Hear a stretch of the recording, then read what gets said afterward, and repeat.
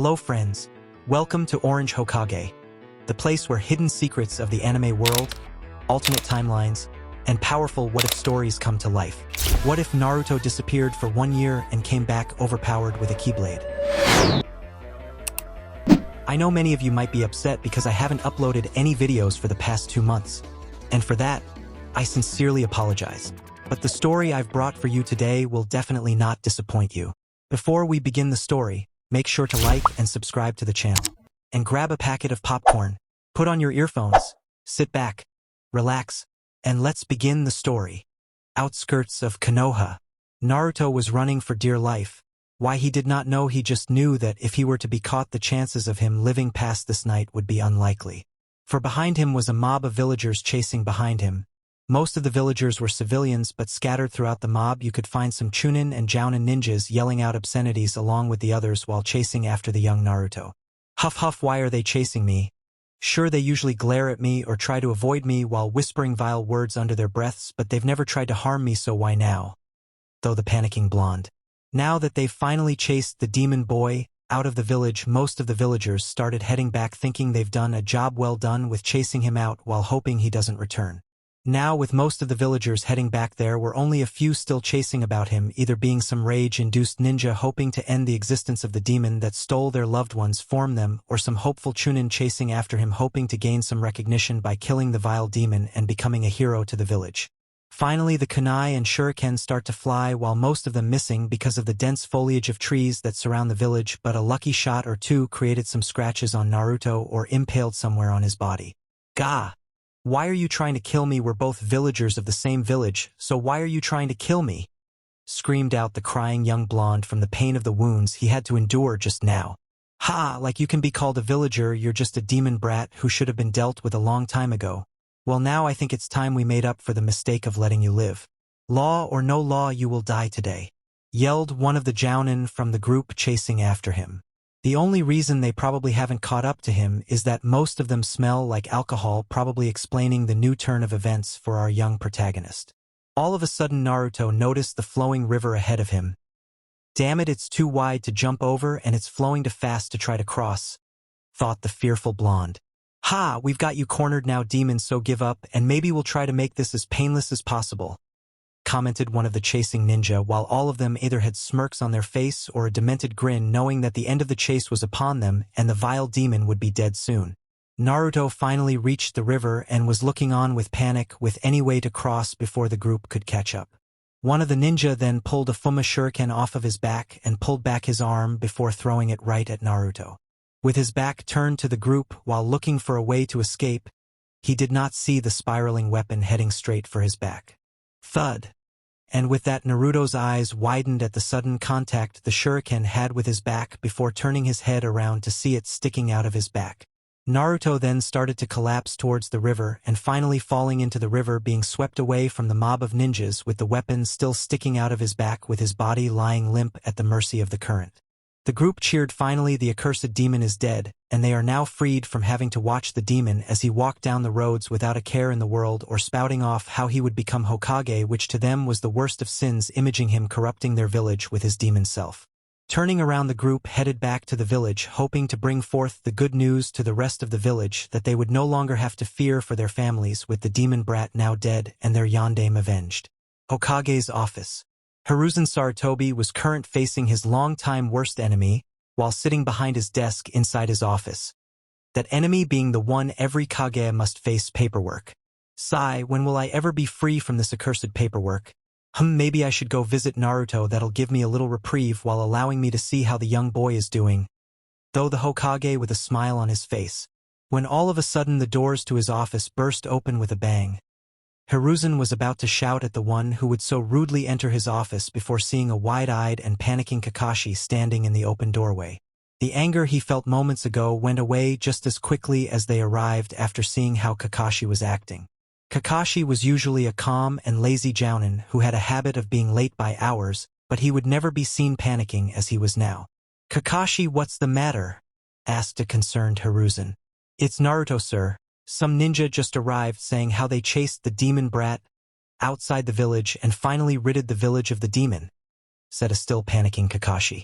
After hearing what the ninja said, he immediately confronted the said ninja, demanding answers for what they were saying. They proudly told him how they chased the demon outside of the village before cornering him at a river, before one of them impaled him through the back with a Fuma shuriken before his body was swept away by the river they cornered him at. All the while, one of the ninja was looking extremely proud at the mention of how the shuriken had killed the demon brat, allowing Kakashi to figure out who was responsible for the death of his sensei's son, Chidori. And with that, the culprit for Naruto's death was now dead at his feet with a smoking hole where his heart should have been. Before any of the other ninja could come out of the shock that all of them fell into after seeing the hero, for the demon brat's death being brutally murdered right in front of them, Kakashi was already gone, heading straight for the Hokage tower. He couldn't believe that Naruto was dead, so he decided to go see the Hokage to gather some umbu and jounin to go search for the young blonde. To say Hiruzen was shocked was an understatement. He was at a loss of words before snapping out of it. "Umbu," said Hiruzen before a group of umbu appeared before the god of shinobi. "Half of you follow Kakashi to where the ninja said they cornered Naruto, the other half of you bring me the ones that claim to be the ones responsible for his death." With that, all the umbu and Kakashi vanished from his office. "Please no, please don't let Naruto be dead," were the thoughts of the sandaime as he sat back in his chair, a horror-struck look stuck on his face. He quickly wiped the look of his face as a second later the umbu returned with the ones guilty for his Sagat's grandson's death, if what they said is true. The group of ninja were about to complain at how they were being treated after saving the village from the demon brat before they all shrank back from the killing intent that was being unleashed by the aged Hokage. "Tell me exactly what happened and what made you decide to chase after and kill a citizen of this village," demanded the Hokage, with his killing intent still flooding the room, even starting to make the umbu start to sweat even though the ki wasn't being directed at them. WWL Surus and a group of civilians were chasing after the demon bra dash. Before he could even finish the word, his head had already been decapitated from his shoulders, with the Hokage now standing next to the headless corpse with a bloody kunai in his hand. "I believe there is still a law stating that the mention of said topic will lead to death," glared the Hokage, giving the rest of the ninjas in the room a look that said if they should even think the word demon brat, they would lose their lives. "Now will someone else tell me what it is I wish to know?"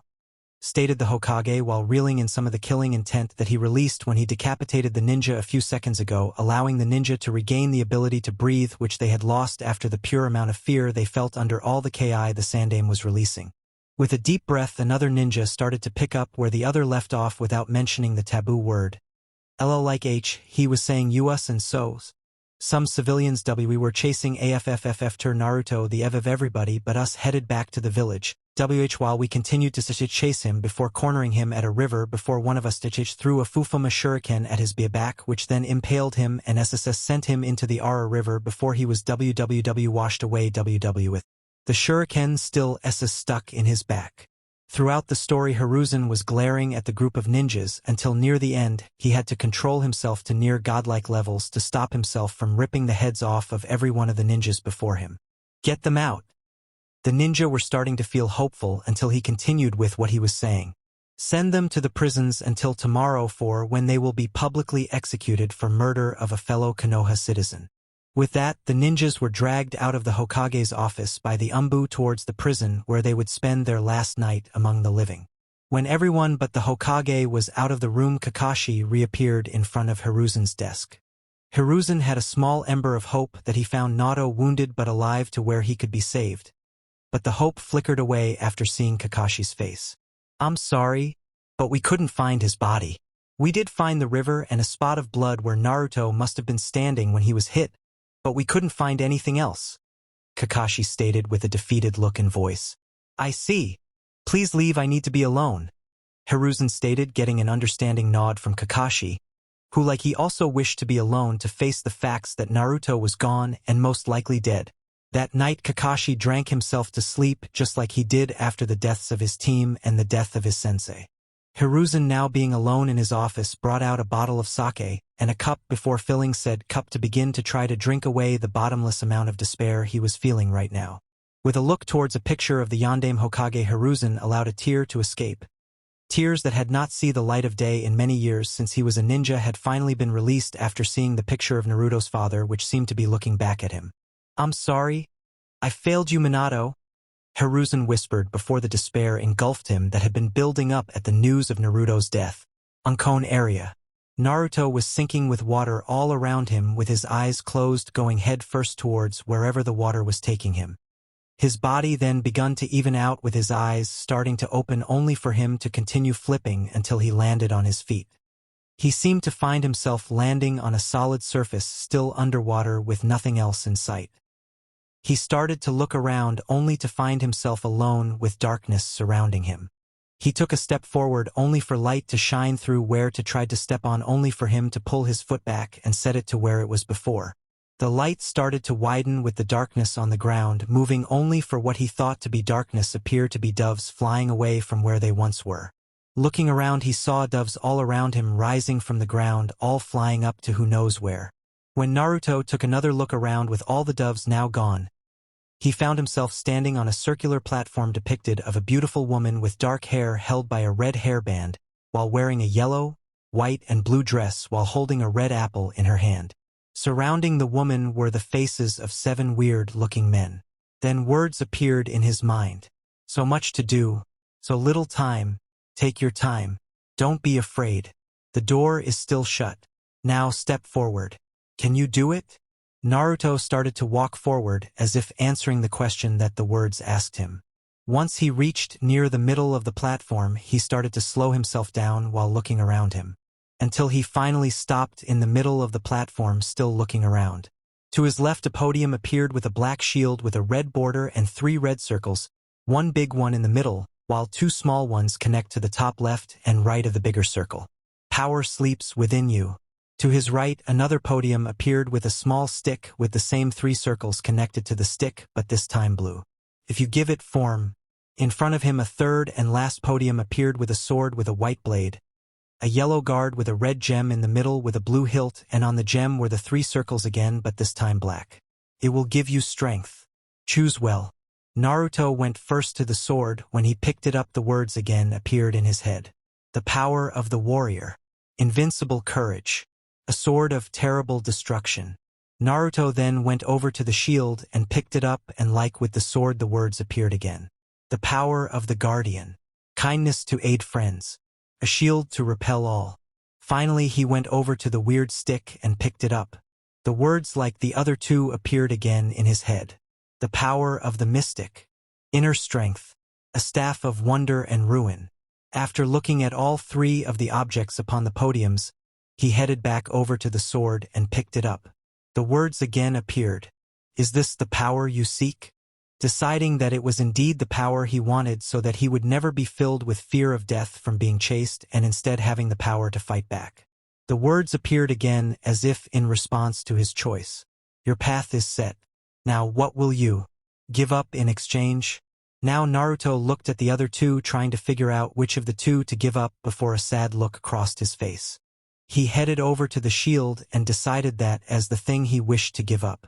For why would he have need of the shield if there was nothing or no one to protect? While in the village no one wished to be close to him except a select few, but besides them the rest avoided him like the plague and glared at him. He had no one for him to call precious to him except maybe the Hokage, and maybe some people he would hang out with while in the village, but now that he's no longer in the village there wouldn't be a way for him to protect them anyway. Once he again picked up the shield the words appeared. You give up this power? Stealing his resolve he decided that this was the power that was not meant for him and gave it up.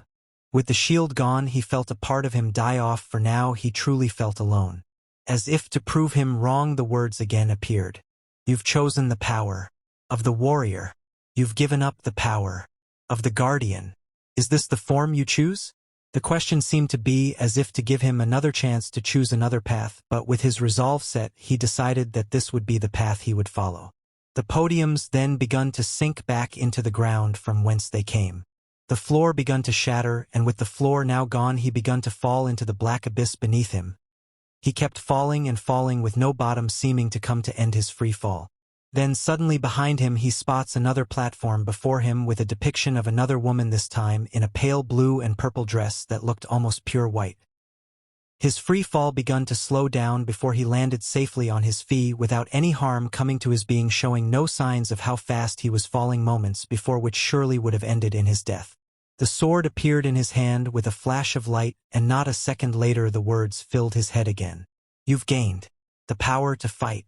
Naruto took a test swing with the sword he had chosen. After he regained himself from his swing, the words reappeared. All right, you've got it. Use this power to protect yourself and others. A shadow then appeared on the floor with the words still appearing in his head. There will be times you have to fight. The shadow then rose out of the ground as a small humanoid being with two antennas on its head with pure yellow eyes in a hunched-over position. Then a second shadow appeared before him next to the first one, beginning to rise out of the ground just like the first one. Keep your light burning strong.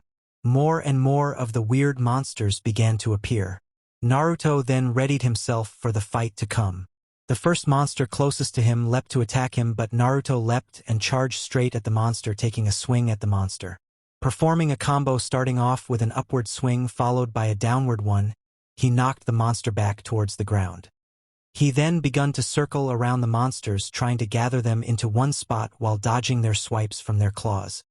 He then begun to perform horizontal swings that would hit multiple monsters from just a single swing, which allowed him to hit all the monsters that he had gathered into the spot in front of him. After performing a spinning horizontal swing that took out multiple monsters, the rest started to back up. They then sunk back into the floor and disappearing from sight. Behind him, a single one of the monsters appeared, as if to secretly dispatch the one it sees as its enemy. Fortunately, the words appeared again to warn him. Behind you! Naruto proceeded to turn around to confront the monster that wished to seek harm to him from behind.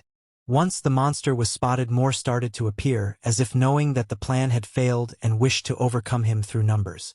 Naruto then faced the one closest to him and thrust his sword out in a straight jab before following up with a vertical slash downward. Then, using the momentum from the slash, he spun around, slashing the monster in a backhanded horizontal slash, dispatching the foe. He then dispatched the other foes in a similar fashion with seemingly successful results, proving that his method of fighting was working. The way he was fighting with a weapon that he had never used before would amaze anyone who would have seen him at how freely he seemed to be using the weapon, allowing attack to flow into the follow-up attack, seemingly to never end, as if fighting like a master, be it ground or aerial combat. The monsters may have been easy to dispatch with limited number of attacks, but they were hard to catch since it seemed they could sink back into the ground and move around, making it impossible for him to hit them until they rose back from the ground. Just as sudden as they came, they sunk back into the ground, covering to floor in darkness until every spot on the floor was nothing but darkness, which then proceeded to drag him down. He tried to struggle to free himself, but nothing seemed to work until finally he sunk straight down through the floor.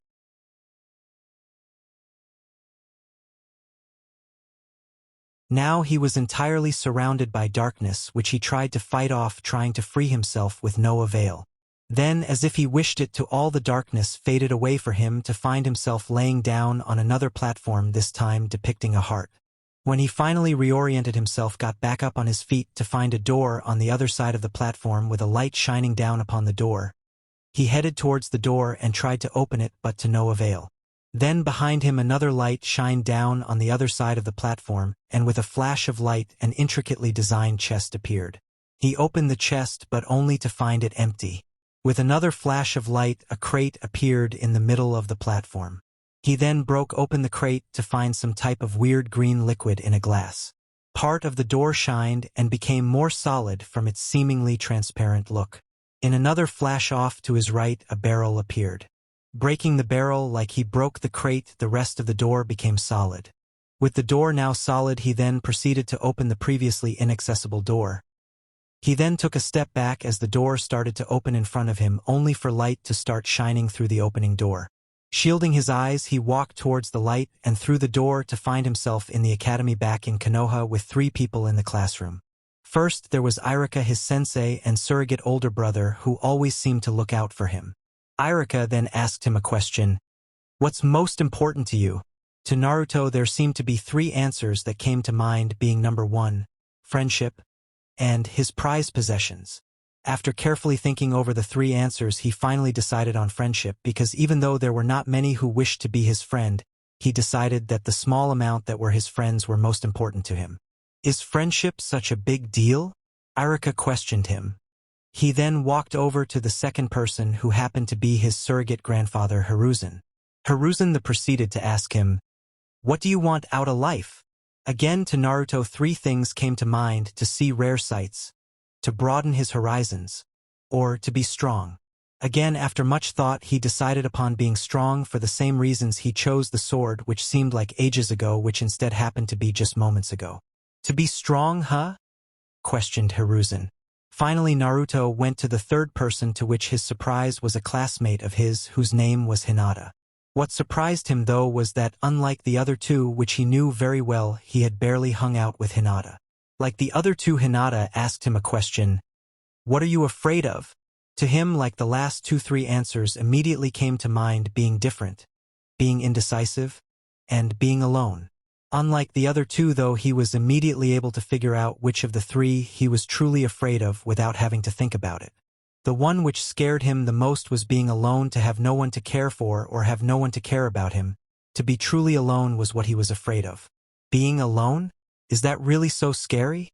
Hinata questioned his response like the other two. Once he was done answering all 3 of the people before him, the words appeared again. "You want friendship. You want to be strong. You're afraid of being alone. Your adventure begins at dawn.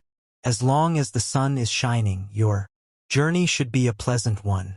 Then everything turned to light, blinding his eyes before he found himself on another platform. This time the platform had another beautiful woman in a purple dress with long blonde hair, while holding a rose in both hands up to her chest. All around her she was surrounded by thorns.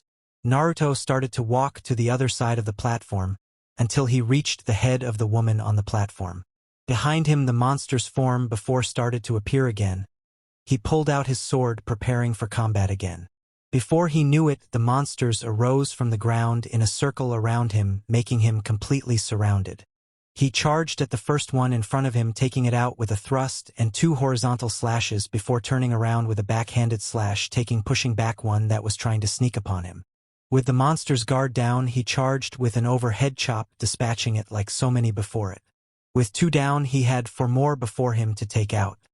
He then leapt at one of the shadows before him, coming down with a powerful downward thrust strong enough to take the foe out with 1 hit.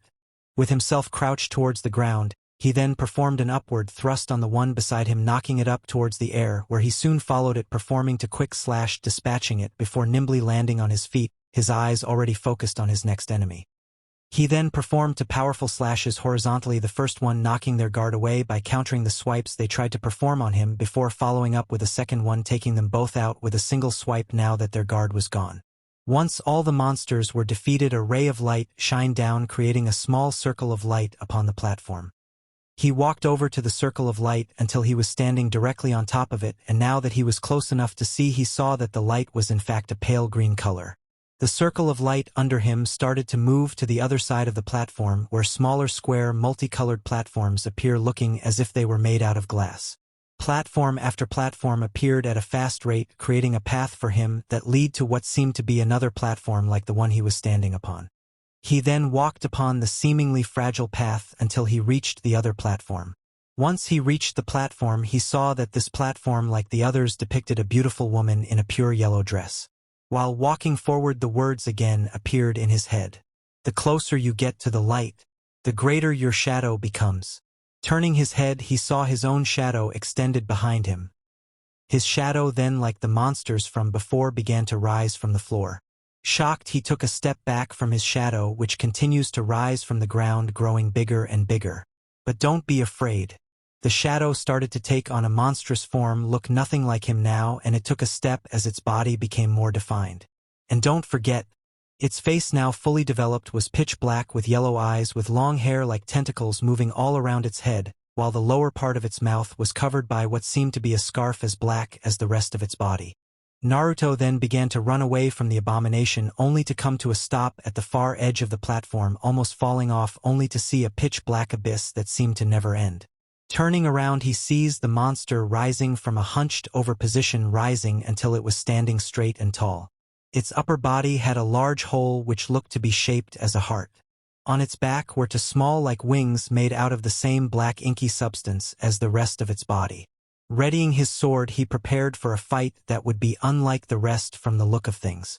He first charged at the monster, then jumped up and performed an overhead slash at the monster's left hand, doing seemingly no damage.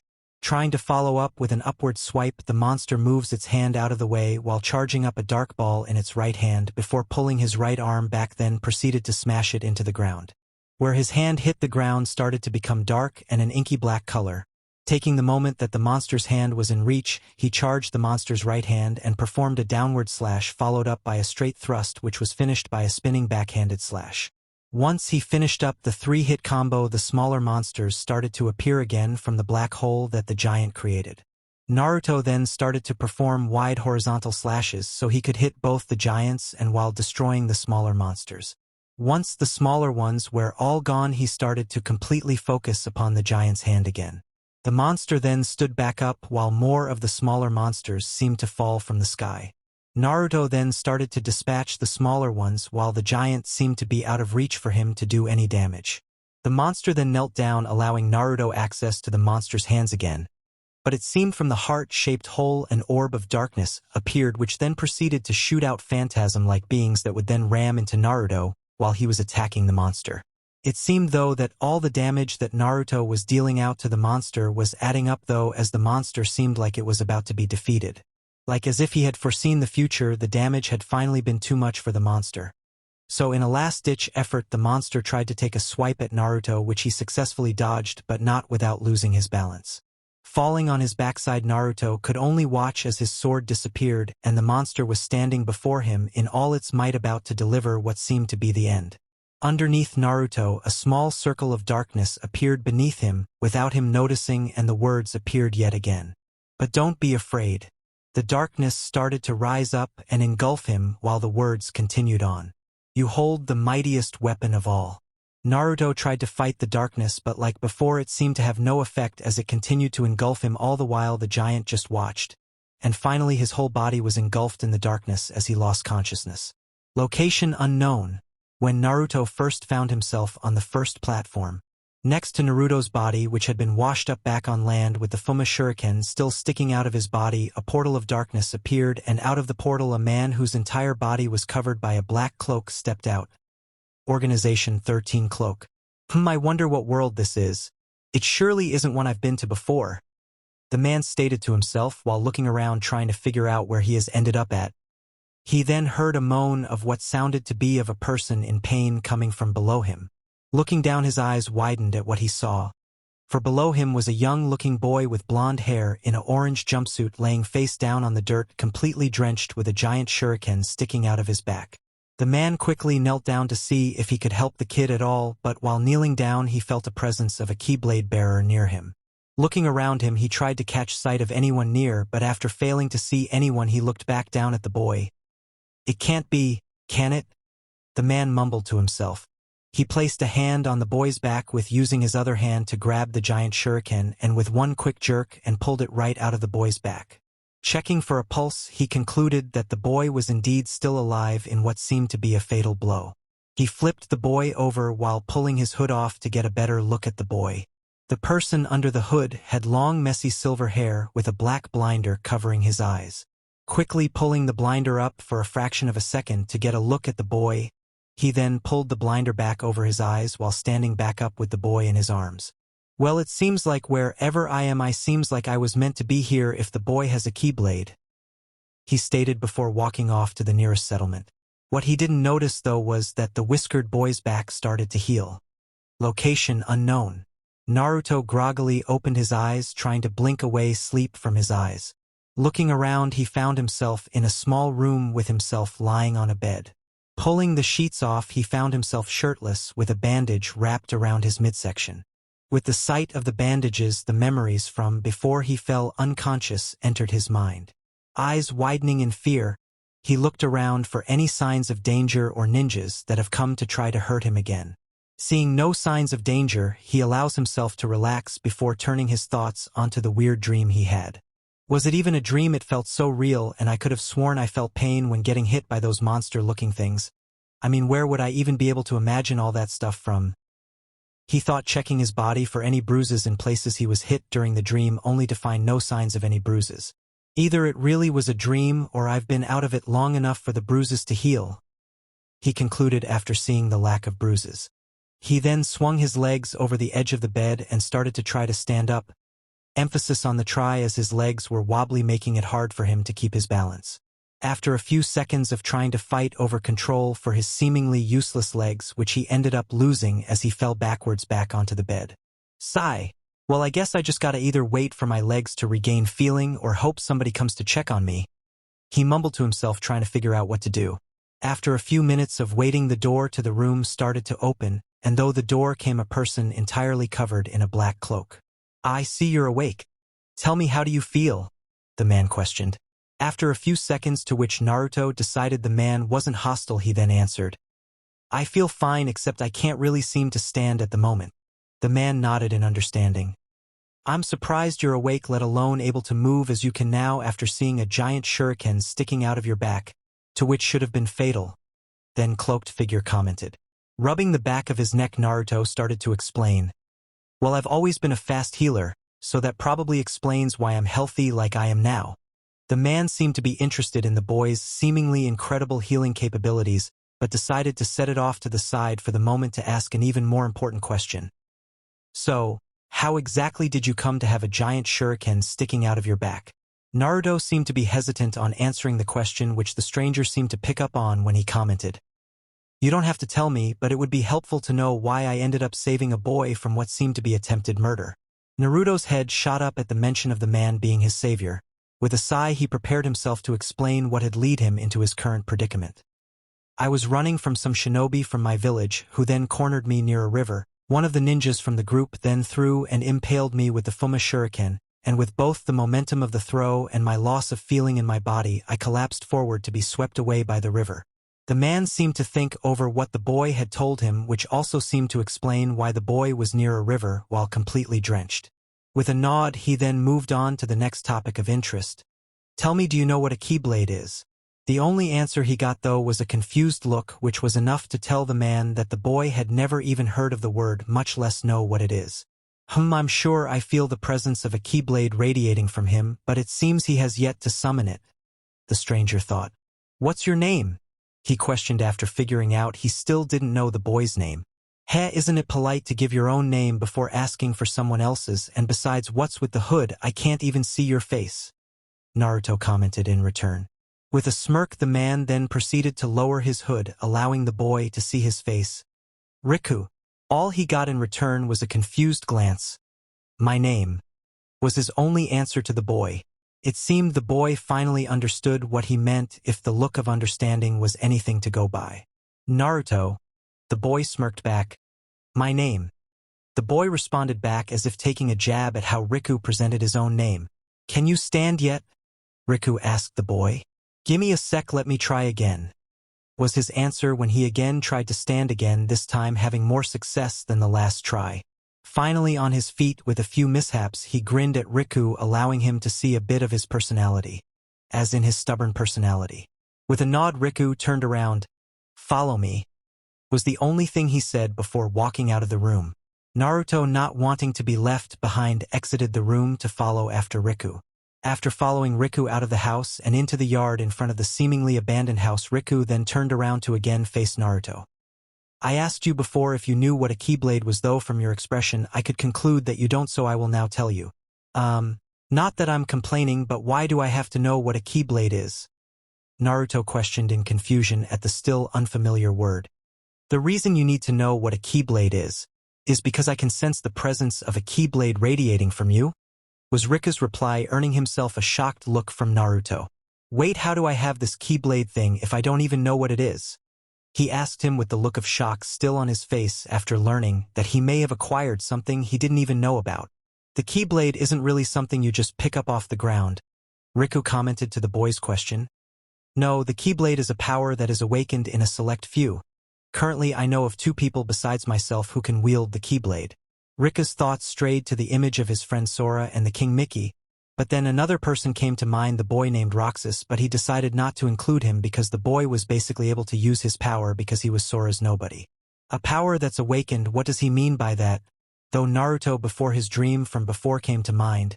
Could that have anything to do with the Keyblade Riku kept mentioning?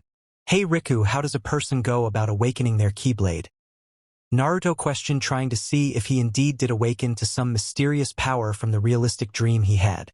Well, most people awaken the power of the Keyblade when they are presented with a difficult journey presented before them.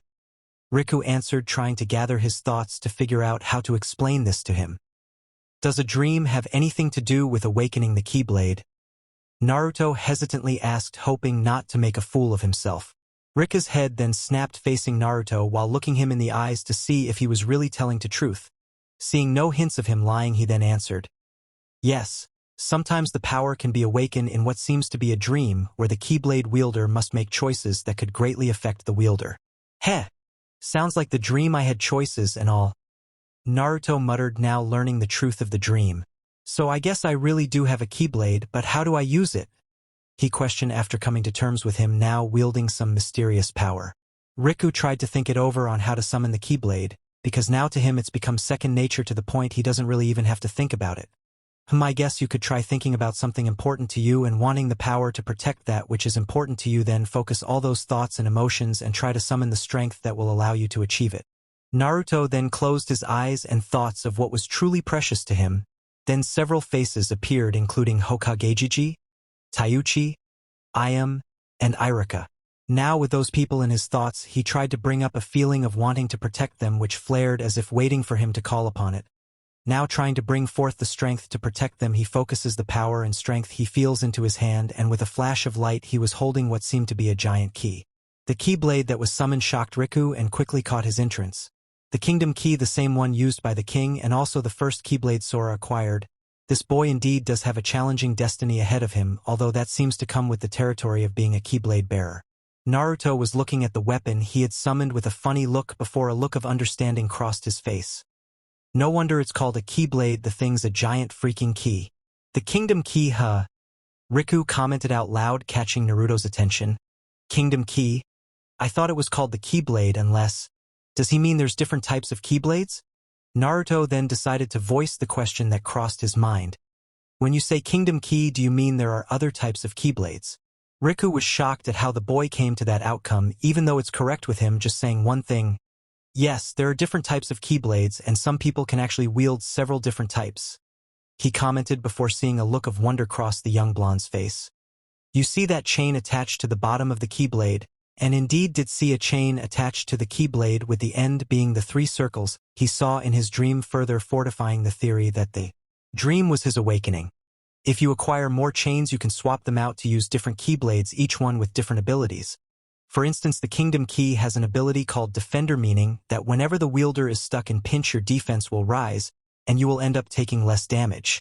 There are also some people who can wield multiple Keyblades at once, but the only person I know who can do it needs some outside assistance to do so, Riku stated, further enthralling Naruto into what is known as the Keyblade.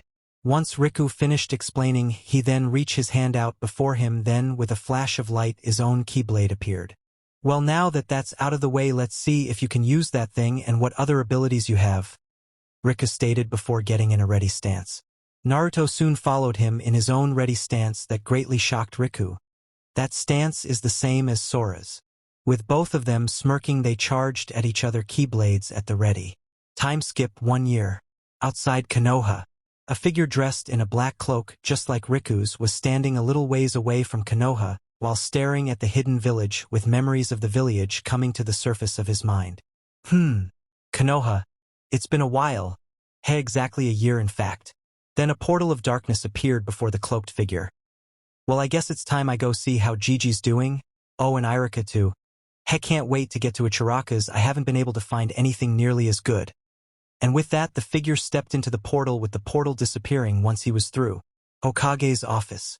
Hiruzen was sitting in his chair with a bottle of sake next to him, drinking away the pain of what this day brought to the front of his mind.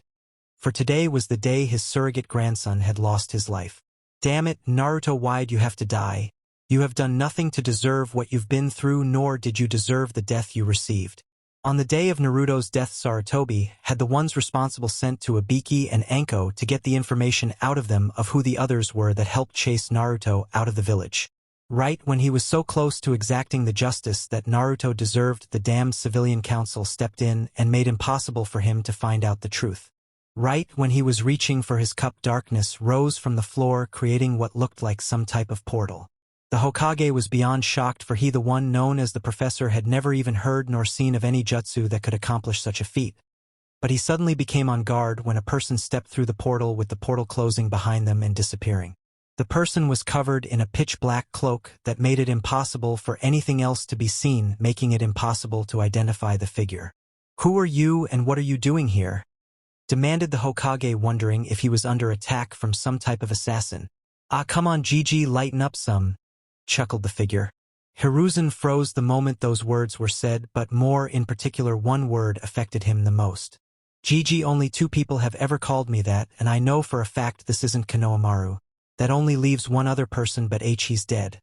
But then again, his body was never found. See, could it be Enen Naruto?" questioned the old man, with hope flaring inside of him, just hoping that this person could be him. "Hi Gigi, it's been a while," the figure said while he pulled off his hood. What Hiruzen saw was a face he thought he would never see again, for before him was a kid with long spiky blonde hair. His hair is the same as Riku's from Kingdom Hearts 2, just blonde, with 3 whisker marks on each cheek. But he did not see the ocean blue eyes that he knew so well, for covering Naruto's eyes was a black blinder. Again, same blinder Riku has in Kingdom Hearts 2. In a split second, Hiruzen was up from his desk and hugging his surrogate grandson, who he thought was long dead by now. Naruto was not surprised at the sudden contact. Instead, he just hugged him back while having a small smile on his face, for after a long year he was finally home. Time skip 5 minutes later. Once Hiruzen got most of his emotions back under control, he was now sitting behind his desk, not taking his eyes off of Naruto, as if he were to look away for even a second he would disappear. "Naruto, how are you alive?" The Hokage could only ask, for standing before him was someone who was stated dead a year ago. Well, a year ago, when I was impaled in the back." Hiruzen winced at the mention of what happened a year ago, and was swept up by the river. "I was brought back ashore and found by a man named Riku. He then brought me to a place to recover while I was healing from the stab wound. Once I was finally healed, he asked me how I came to even have the wound. So after telling him what happened, he offered to train me." Hiruzen could only raise an eyebrow at how this man named Riku trained Naruto. I wonder what Naruto was taught. He could only wonder. "For the next 8 months Riku trained me until he had to leave. Then for the next 4 months I spent mastering my skills that I was taught while wandering the fire country," Naruto explained. Hiruzen could only nod at the information that Naruto supplied him, but then Naruto asked him a question that he should have actually seen coming. "So Gigi, can I go back to the academy to become a ninja again?" Hiruzen had to think what to do, for in a week the Genin exams would be upon the class that Naruto was original part of. He could either allow Naruto to take the Genin exam or hold him back a year so he could make up for the lost time.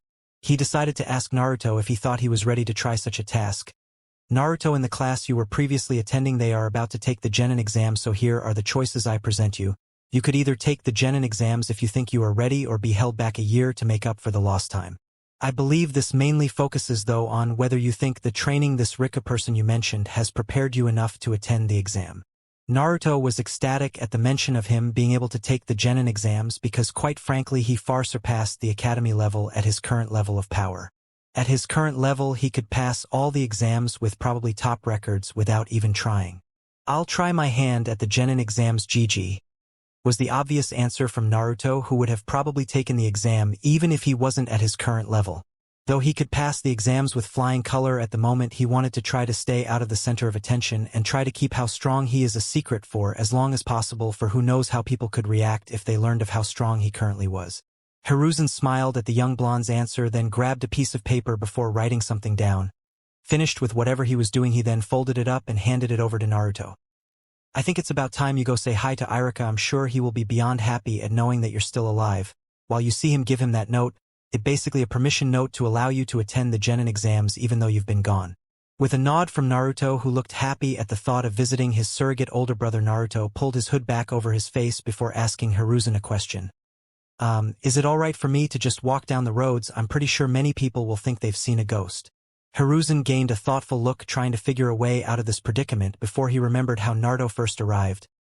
"Hey Naruto, do you think you can get to Irika, though the same way you got here, which by the way you will have to explain to me sometime?"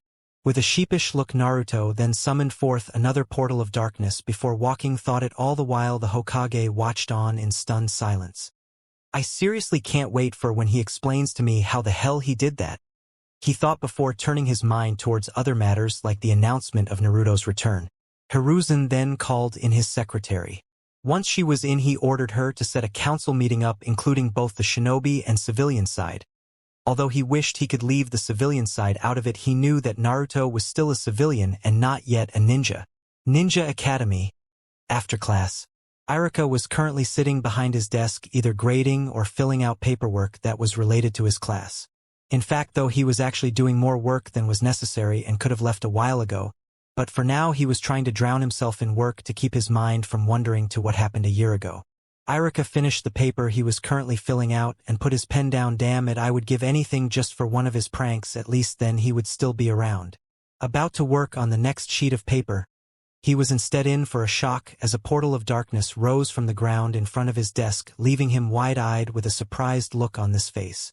Out of the portal stepped a figure clothed in a black cloak that covered him from head to toe, showing no skin at all, not even the face, which was currently covered by a hood. "Hey, Iruka-sensei, long time no see," the figure said to him, further shocking him on how he was addressed. I am sorry, but are you one of my students?" questioned the teacher, completely confused.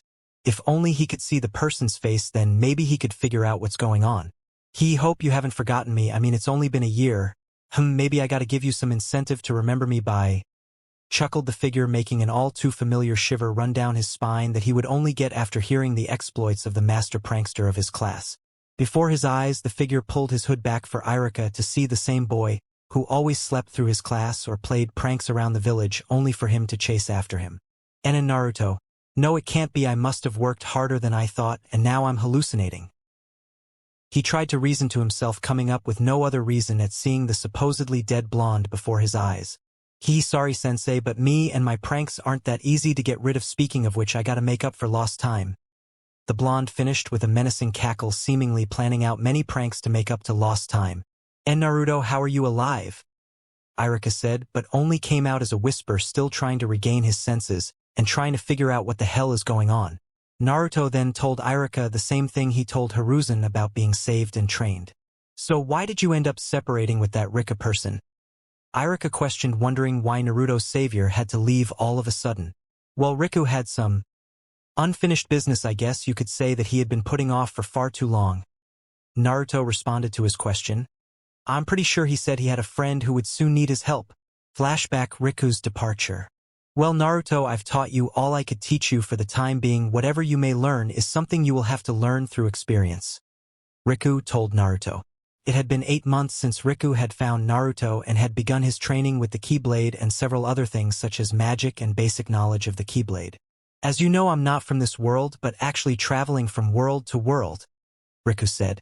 Like he said, he had already explained that he was actually from a world called Destiny Island and long been traveling from world to world. "So now that I'm leaving, what will you do, Naruto?" he questioned, truly wondering what his student will do after his departure. "Well, for the moment I plan to travel and get some of that experience you said I'll need. Then after some time of traveling I might head back to Konoha," was his response, getting a surprised reaction from Naruto's wanting to return to Konoha. "Even though a lot of the people seem to hate me there, even enough to try to kill me, there are still some people there who are important to me even now." Riku was extremely happy with Naruto's response. One of the main reasons was that hate for his village and what they had done to him hadn't controlled his life or his choices, and he still held on to what was precious to him. Well, that'll be one day of a homecoming," Riku said, already trying to imagine how the people of the village would react to the boy. No, wait, he could no longer be called a boy after all he's been through and the training and maturing he has gone through the past 8 months. He couldn't wait for them to react to this young man's newfound powers and abilities. Well, here Naruto, as a parting gift. Riku then proceeded to hand Naruto a charm. This allows you to summon a special kind of ally to fight alongside you in your time of need, or some other charms like this one can be used as a mode of transportation. The being that this charm summons is 2 Eidolons named the Shiva Sisters. Naruto took the charm from Riku's outstretched hand and looked at it with wonder. To summon them, all you have to do is charge the charm with power and call upon them to aid you and they will appear. Riku explained to him how to use the strange charm. "Goodbye, Naruto, and good luck with your traveling."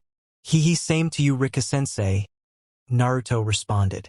With their goodbyes done, Riku then disappeared through a portal of darkness, leaving Naruto alone. Let's see how this works. Naruto mumbled to himself, looking at the charm. Following Riku's instructions, Naruto started to pump the charm with power, and with a cry of Shiva, a giant orb of water surrounded by strange markings appeared in front of him, and inside the orb were two metallic-looking women floating around a smaller orb. The two sisters burst out of the orb, with the orb disappearing, and proceeded to stand next to him. Wow, gotta say that was awesome, Naruto said, looking like a child on Christmas morning. All of a sudden, a small portal of darkness appeared next to Naruto. Once the portal disappeared, all that was left was a letter with something holding it down. Picking up the object and the letter, he then proceeded to read the letter. Dear Naruto, sorry, I almost forgot to give this to you. This here is another summoning charm, but unlike the one I gave you, this charm summons a being of unimaginable power. Only use this as a last resort when no other option is available. Even then, use it with extreme caution, for the being that is summoned may be too much for you to control. Sincerely, Riku. Naruto decided to have a better look at the charm that is supposed to summon forth something of immense power. Carefully, he put the charm in one of his many pouches alongside the charm of the Shiva sisters. Well, I'll have to be careful if I ever use that, he mumbled to himself before turning his attention to the two sisters beside him with a sweat drop.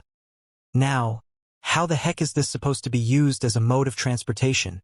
As if to answer him, the two sisters moved in front of him, combining together to form a motorcycle. Well, now that explains that. Now to test this out, he mumbled again to himself with stars in his eyes. Getting on, he then revved up the motorcycle before shooting off into the distance in unimaginable speeds. He thought impossible with his destination unknown. End flashback asterisk. He still hasn't found himself in any situations where he needed to use the dangerous summon, but uses the Shiva sisters in the motorcycle form any chance he can as a form of fast and extremely fun mode of transportation, although he has fought with them by his side many times just to gain experience in teamwork with the two when fighting. Oh yeah, Iruka-sensei, Gigi told me to give this to you, Naruto said while handing him the folded-up letter. Iruka's eyebrow shot up at seeing what the letter contained. Naruto, are you sure you want to try for the Genin exams? I mean, you've been gone for a year. Hee, don't worry, sensei, I've been training for most of the time I've been gone. I'm pretty sure I can handle the Genin exams. Naruto chucked at his sensei's worry. Alright, if you're sure. Though please do attend the classes for the week before the exam, anything can help. Iruka cautioned him while getting a nod from Naruto. Alright. See ya later, sensei, I have some other people I need to go see that I haven't seen in a while, Naruto said cheerfully before disappearing in another portal of darkness. Damn it, I never got him to explain me what that is. Iruka cursed to himself at his forgetfulness. Memorial Stone. Kakashi was currently looking down upon the Memorial Stone, which he would usually spend his time at since the death of his team and sensei, explaining his chronic lateness. With the death of Naruto, it seemed as if his habit had not lessened at all but increased, with him spending more and more of his time at the stone, but now his attention always seemed to be on the name of his sensei. Sensei, I know I've already said this many times, but I've failed you, Kakashi stated as if talking to his deceased sensei. I couldn't protect him, I just can't protect anyone, and now the damn civilian council and the two elders wants me to be a Jounin sensei to the Uchiha. To Kakashi, this was the worst choice they could have made. To him, he could never succeed in protecting anyone. Not his team, not his sensei, and not even his sensei's son. Behind Kakashi, a portal of darkness appeared and out stepped a figure completely clothed in a black cloak. It wasn't your fault, you know. Kakashi was caught completely surprised by the unknown man. With his focus completely on the Memorial Stone, his guard was completely down. The shock, though, quickly turned to anger once his mind registered what the person had said, though. What would you know? I couldn't do anything to save them, and now all of them are dead, he said with the last part barely hearable, as if to say to himself. Just because they couldn't be saved doesn't make it your fault someone died. It just means all you have to do is make sure you save everyone else who is important to you so you don't have to face any more people you care about dying, the man said. But how can I save anyone? I've already failed before. What makes you think I'll succeed the next time someone's life is in danger? Kakashi demanded of the man, hoping the man actually has the answer. You get stronger. That's all you can do. Get stronger so no matter the situation you will be able to overcome it while saving all the people you care about, the man shared to Kakashi. Heh, get stronger, huh? Yeah, I guess that'll work. If only I was stronger before, though. If only was stronger, then maybe I could have saved everyone. my team, my sensei, even Naruto. The past is the past. No matter how much you wish or desire, the past will never change, the man stated. Kakashi knew this to be true, because no matter how much he hoped, those he cared for were still dead. But if it helps, I can show you something that may decrease the pain you feel. And with that, the man removes his hood and shows his face like he did to the Hokage and Irika. Long time no see, Kakashi. Again, Kakashi was shocked that he couldn't even find his voice anymore, for before him was one of the people he cared for, who he thought was dead. The same blonde hair and whisker marks, but no longer could he see the blue eyes of his sensei's student, which were now covered by a black blinder, like how he uses his headband to cover his right eye. Finally his voice returned to him. "Enin Naruto," he said before he pulled his headband off of his eye to truly see him with his Sharingan, fearful that this may just be some kind of sick prank through the use of henge or genjutsu. Naruto cocked an eyebrow at his Kakashi's action. Not because of the Sharingan, for he had already known about it along with his past, for the man had told him the story himself. Kakashi was one of the few people that actually cared for the boy and would stop by sometimes to see how he was doing, along with taking him out for ramen sometimes. Again, it was not the Sharingan itself that surprised him, it was how he revealed his Sharingan to him. But then understanding crossed his face. He decided to interrupt what he knew was coming, though. "I know what you may be thinking. The genjutsu isn't to hide my identity, though," he revealed to Kakashi, who indeed did see a genjutsu surrounding the boy.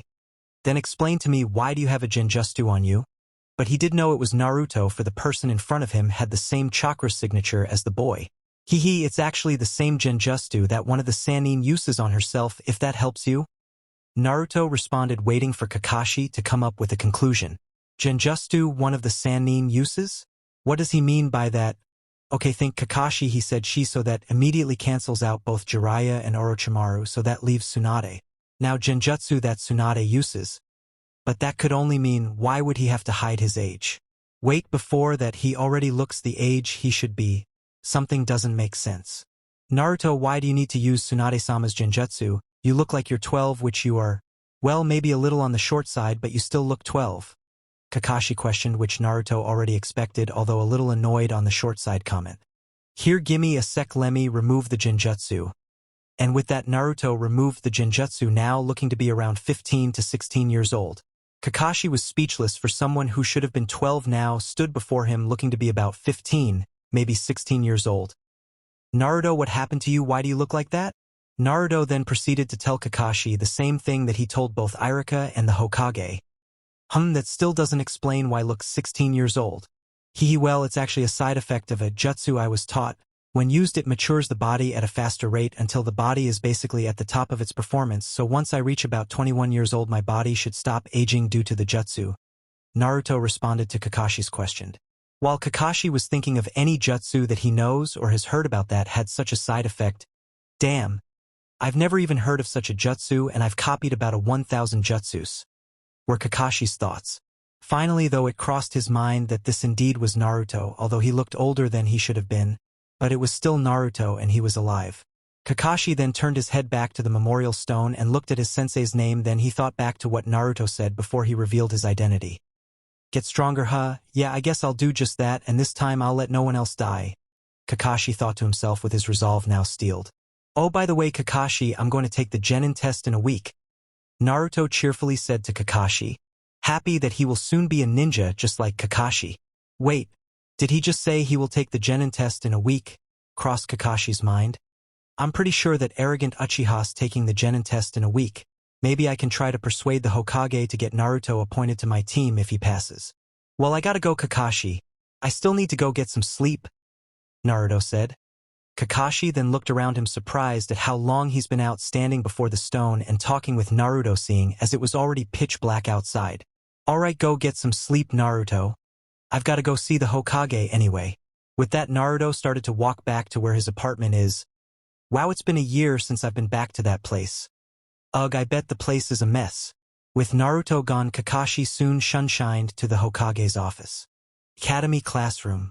Okay, class, today we have a new, well, more like a returning student joining us for the rest of the week, who will also be part of the up-and-coming Genin exam, Irika said to the rest of the class. Irika-sensei, what do you mean returning student? One of the students asked. Well, this person hasn't been to class for a year. But instead of retaking the year he missed, he will instead be rejoining this class and has permission to take the Genin exam, was Irika's answer.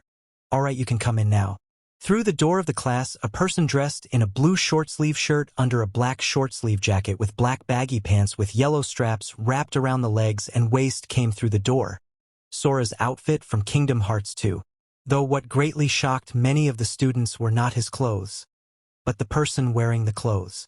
This person had an all too familiar blonde hair and whisker marks on both sides of his cheek. The name's Naruto Uzumaki, Databeo.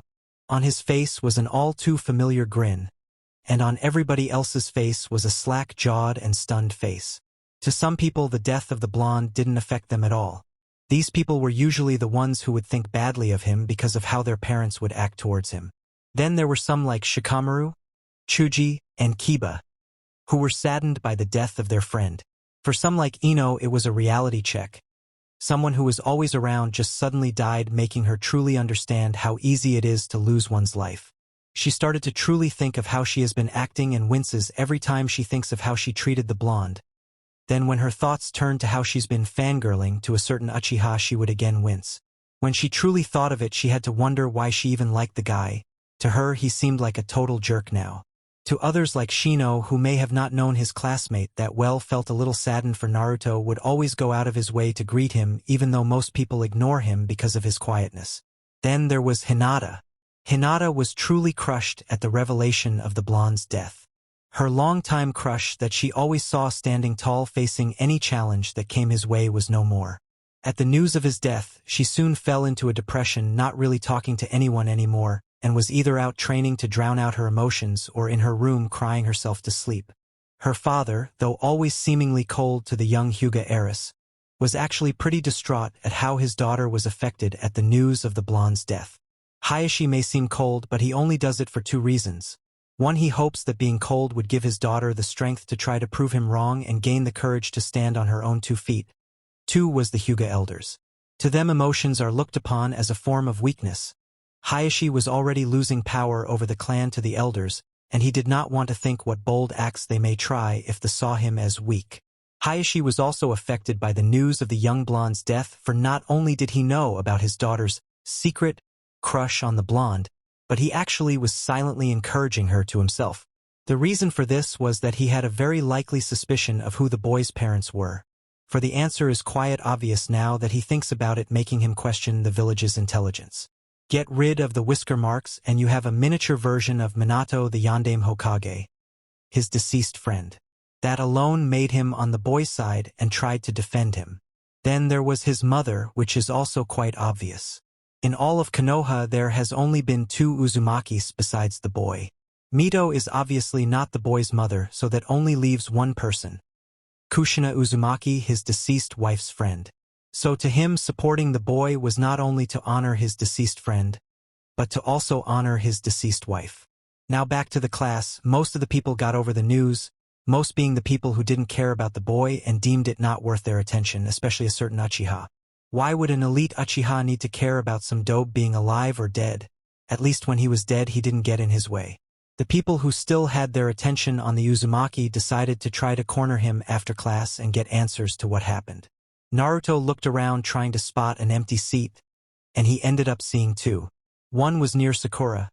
Naruto had to stop himself from vomiting. How the hell did I find her attractive? Ugh. Then there was one next to a certain Hyuga heiress who was looking straight at him, as if she were to take her eyes off of him for even a second he would disappear and still be dead. Naruto let a small smile come to his face. With the maturing he went through for the year he was gone, he became less dense to love. With him being able to figure out someone's feelings over the trip, he always ended up face-palming himself when he thinks of how oblivious he was to the girl's huge crush on him. The first thing he decided to do when he got back was to be nicer to the girl and actually get to know her better to make up for all the times he missed the girl's advances and blushing moments. Sitting down next to her, he decided to say hello. "Hey, your name's Hinata, isn't it?" he questioned, already knowing the answer. Her response was a slow nod, as if her mind was trying to process what was happening. And as if she finally figured out the situation she was in, her face instantly was covered by a crimson blush. "And Naruto is sitting right and next to me and Titita talking to me." Then tears started to run down her cheeks. "He's alive. He's really alive. She started to cry to herself. Naruto, seeing this, instantly brought a hand up to her cheek, wiping away the tears, for he had a suspicion of what brought these tears. Damn. She must have been hit hard by my supposed death, if the huge crush she had on me were anything to go by. Shoo, it's all right. I'm here, and I'm not going anywhere. He tried to comfort her with whispering soothing word to her. Luckily, they were at the back of the class, so either the people didn't hear or see what was going on, or they just didn't care. For the people that did see it, though, a small smile came to their lips knowing about the girl's crush. Though what really shocked them were the blonde's actions. Could it be he's finally figured out the girl's feelings towards him? Were the thoughts running through the onlooker's mind? With that, class began with Iruka going into another one of his lectures, something about the past Hokages or something like that, seeing as Naruto was already trying to fight off falling asleep in the first 10 minutes of class. Damn, I forgot how boring class can be. At least I only have to deal with it for a week, then I'll be an actually ninja. Hours later, class had finally ended and the students started to exit the class on their way to who knows where. Naruto had stopped Hinata from leaving by grabbing her wrist before she could leave. Hey Hinata, wanna go grab some ramen? It's been ages since I've had a chiraku's. Did Naruto just ask me out on a D-date? Hinata thought to herself with the blush back on her face from before.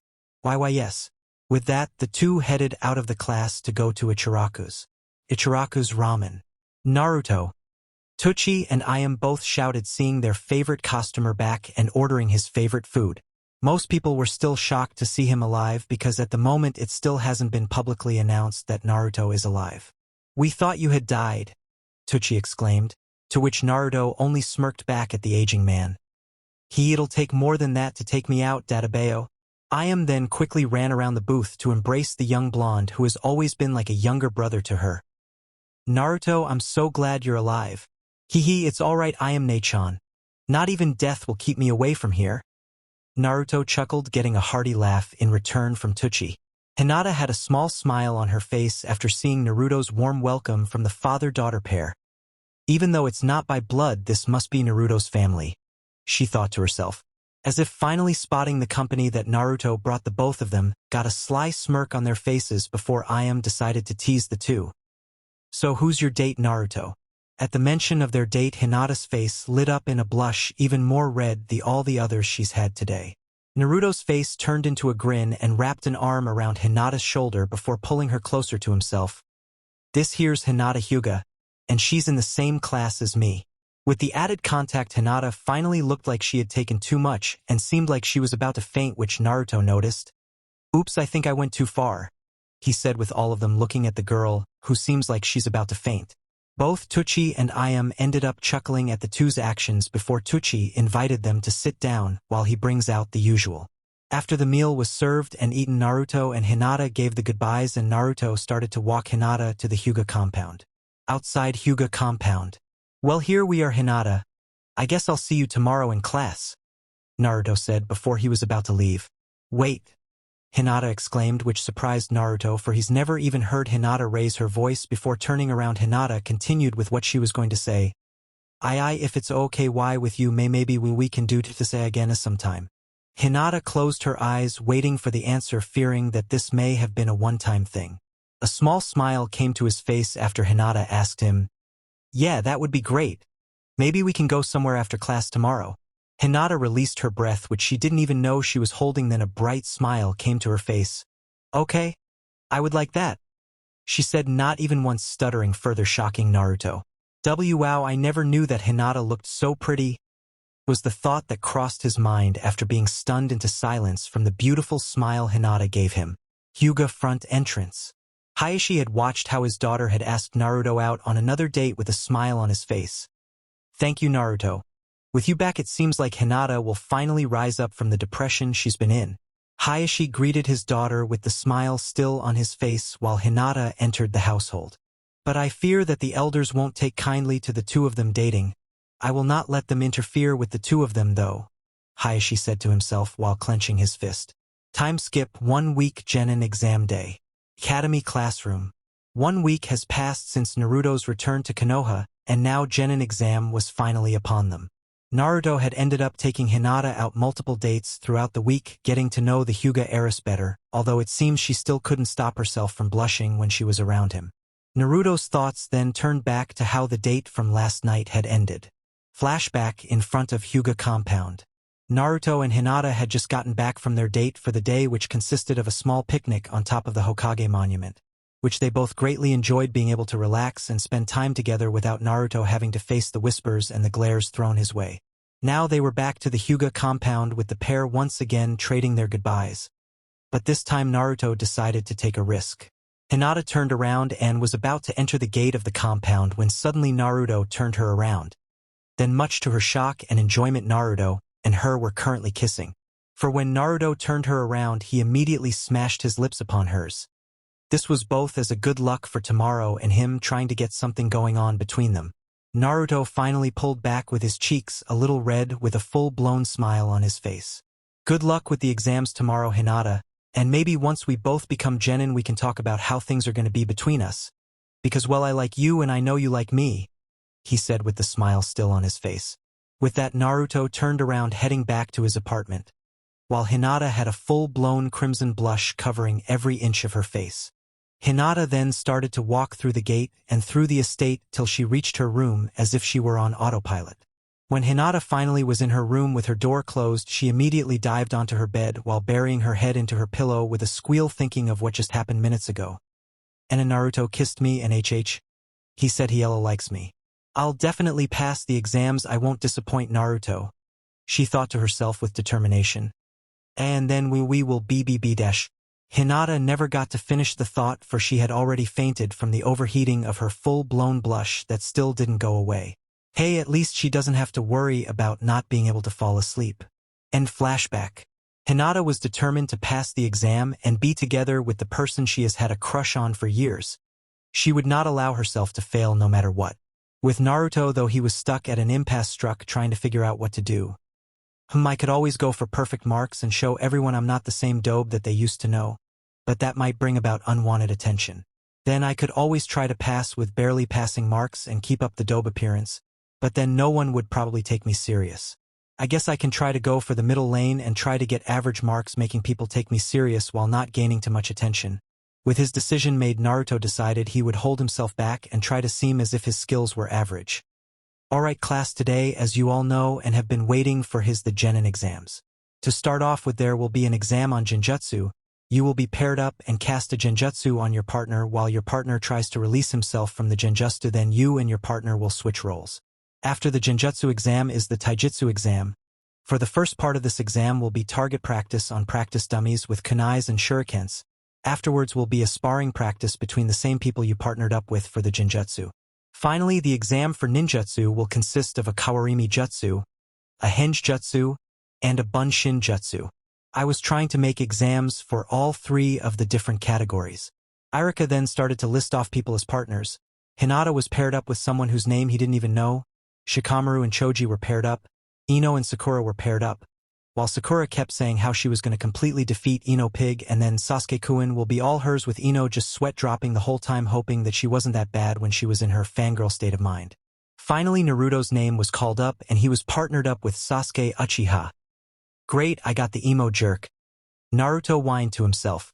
Naruto was the first of the two to cast a Genjutsu, which most people weren't expecting him to even be able to do since he has never once succeeded. To their amazement, thought Naruto did cast a successful Genjutsu that just made Naruto invisible to Sasuke, a basic level Genjutsu. Kai, Sasuke said half-heartedly, expecting the Genjutsu to break before his elite self. But to his amazement, nothing happened. Kai, Sasuke said one again, this time putting some effort into it and actually breaking the Genjutsu this time. Sasuke let a smirk cross his face, thinking it must have been a fluke. Hey, no matter what, you'll always be dead last dope. Now Naruto liked to pride himself in being able to control his emotions a lot better than he could a year ago. But the moment the arrogant Uchiha opened his mouth, Naruto got a sudden urge to just punch him straight in the face for some reason. He let himself be satisfied with a tick mark appearing above his eye though. Hey sensei, we shouldn't even bother with the dobe trying to break out of my Genjutsu. There's no way he'll be able to, Sasuke said with an arrogant smirk on his face. Irika let out a sigh at the boy's arrogant attitude. Sasuke, everyone gets a chance. TCH, hey dope, just give up. There's no way a dead last like you could break out of the Genjutsu cast by an elite Uchiha like myself. Sasuke said, and you could hear Sakura squealing in the background. Sasuke's so cool. Then she turned her attention to Naruto. Hey Baka, you should do as Sasuke-kun says. You're not worth Sasuke-kun's time. Naruto just watched on with a sweat drop. I think I'd like to give it a chance anyway. Naruto said, though even though the sweat drop was there, his forehead kept getting more and more tick marks the more the arrogant brat kept talking. Gah! I just want to wipe that arrogant smirk straight of his face, he's so freaking annoying. Was what Naruto was currently thinking. Then an idea came to him, and with it a smirk crossed his face.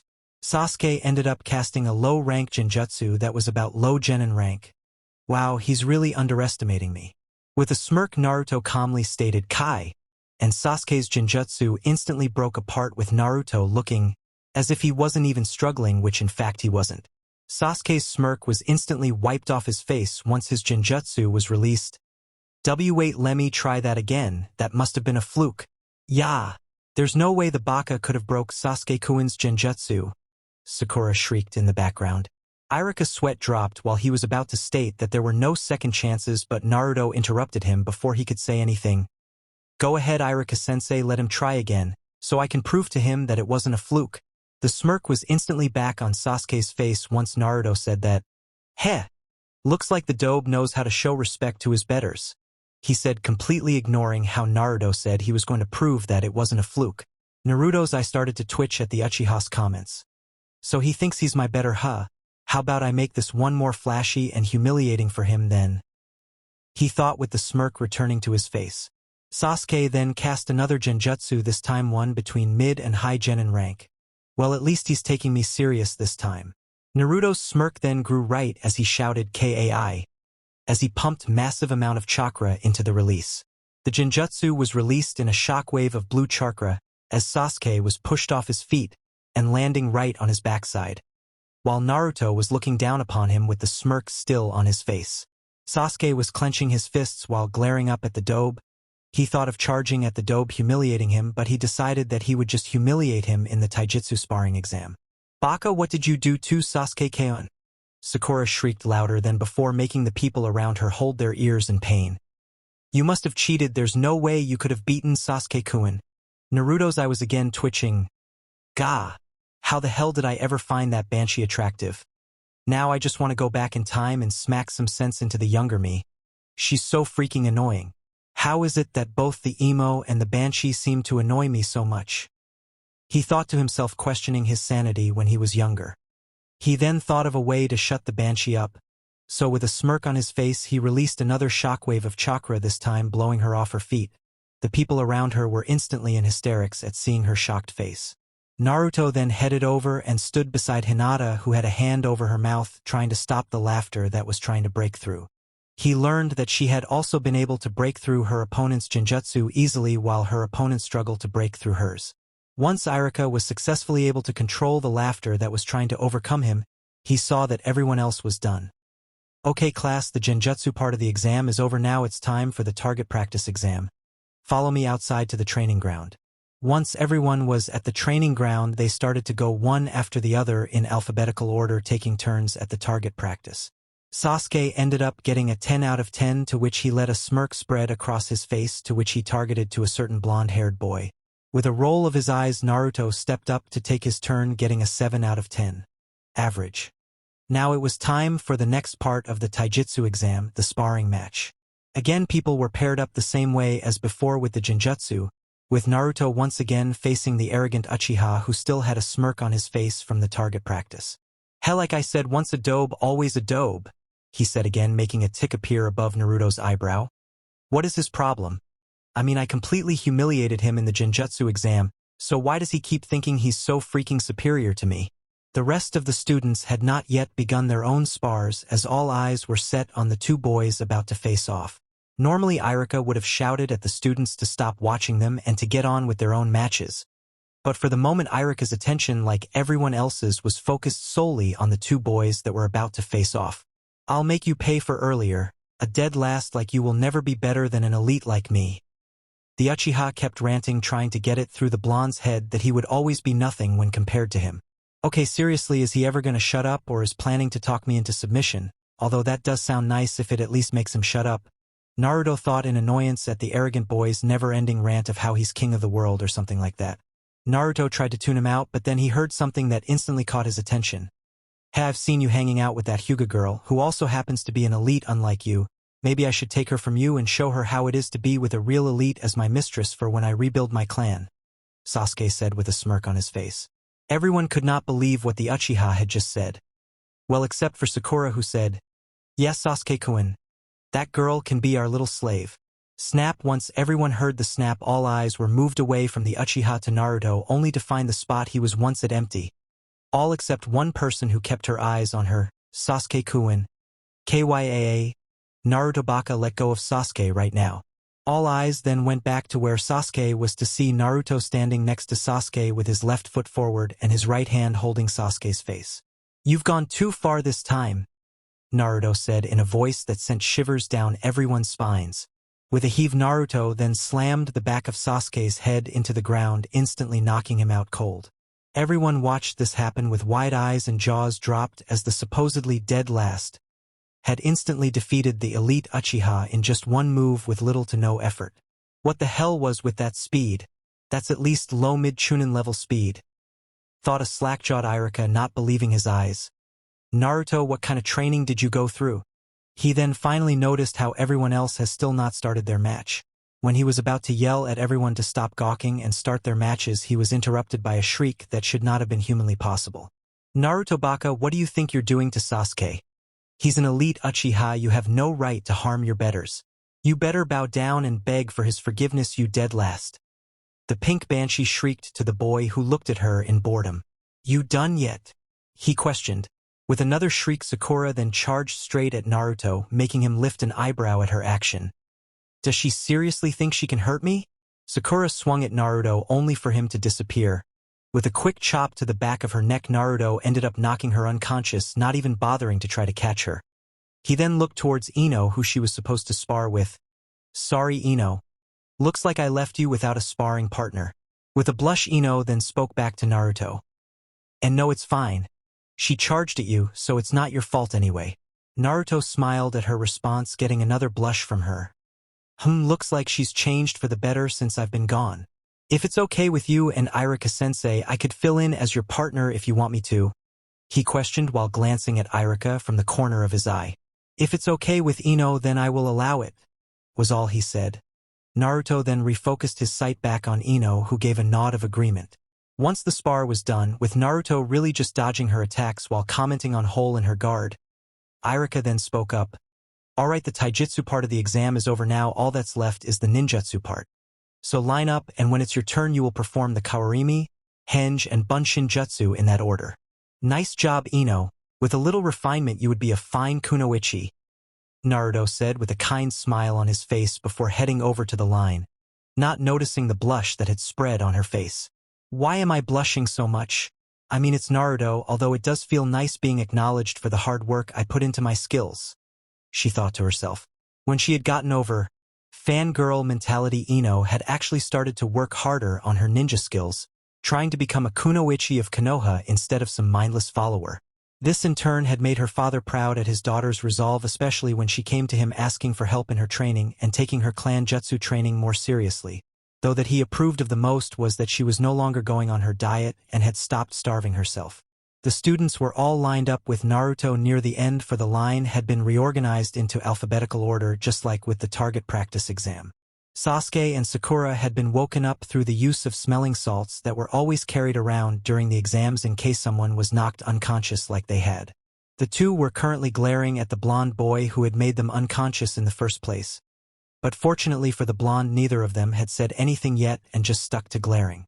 After Sasuke's turn, in which he had gotten another high score, although this time it seemed instead of the well-known smirk that would usually follow, he was still glaring at the blonde whose turn was now up.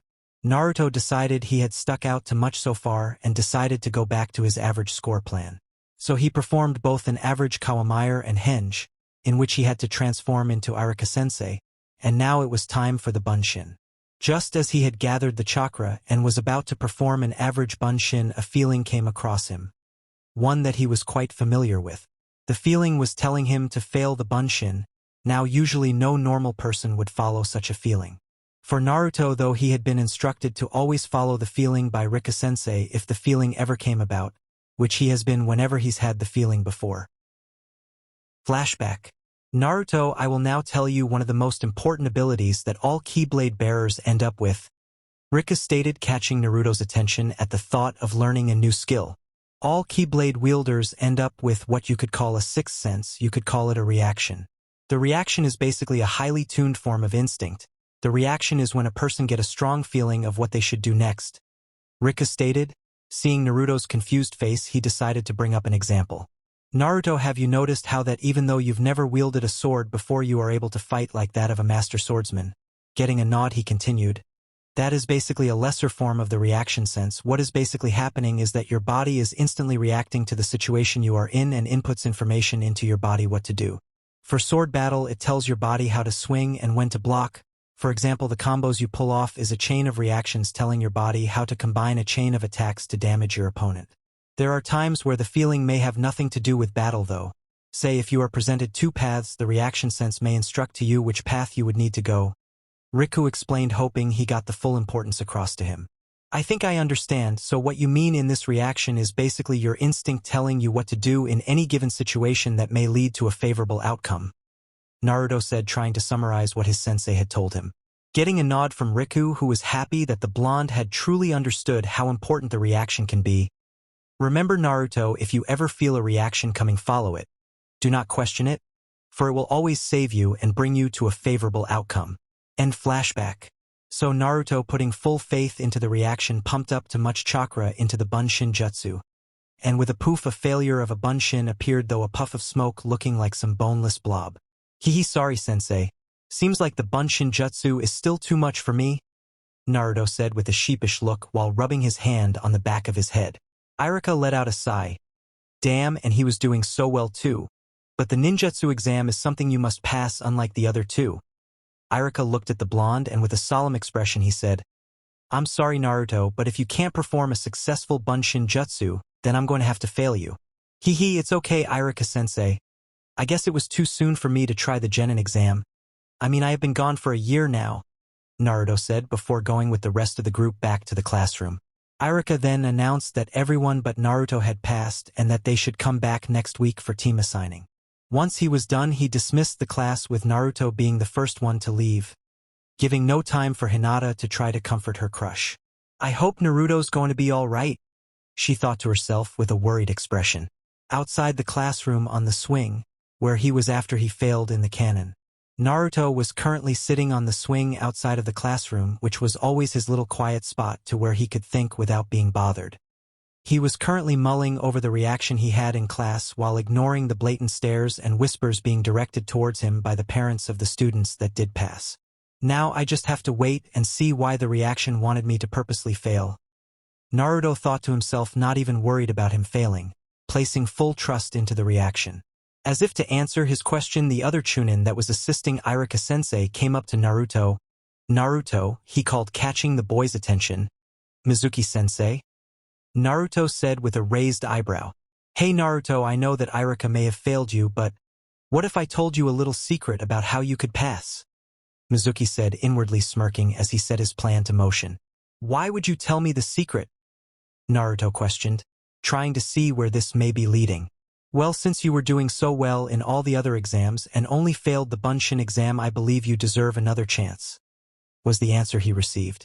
TCH, yeah right, like he would think I deserved another chance. He looks at me just like all the other villagers, although he does hide it better than them, were his thoughts, trying to process what Mizuki may be planning. Mizuki handed Naruto a slip of paper. All you have to do is successfully take the forbidden scroll to this location and learn at least one jutsu from it, and then you pass, Mizuki said before turning and leaving with a smirk now plastered on his face, thinking of how gullible the demon brat is. What he didn't see is a smirk on Naruto's own face as Mizuki left with only one word running through his thoughts. Jackpot. Hokage's office. Hiruzen was once again facing off against the dreaded paperwork feared by all Kages. Why can't something come up to save me from all this damn paperwork?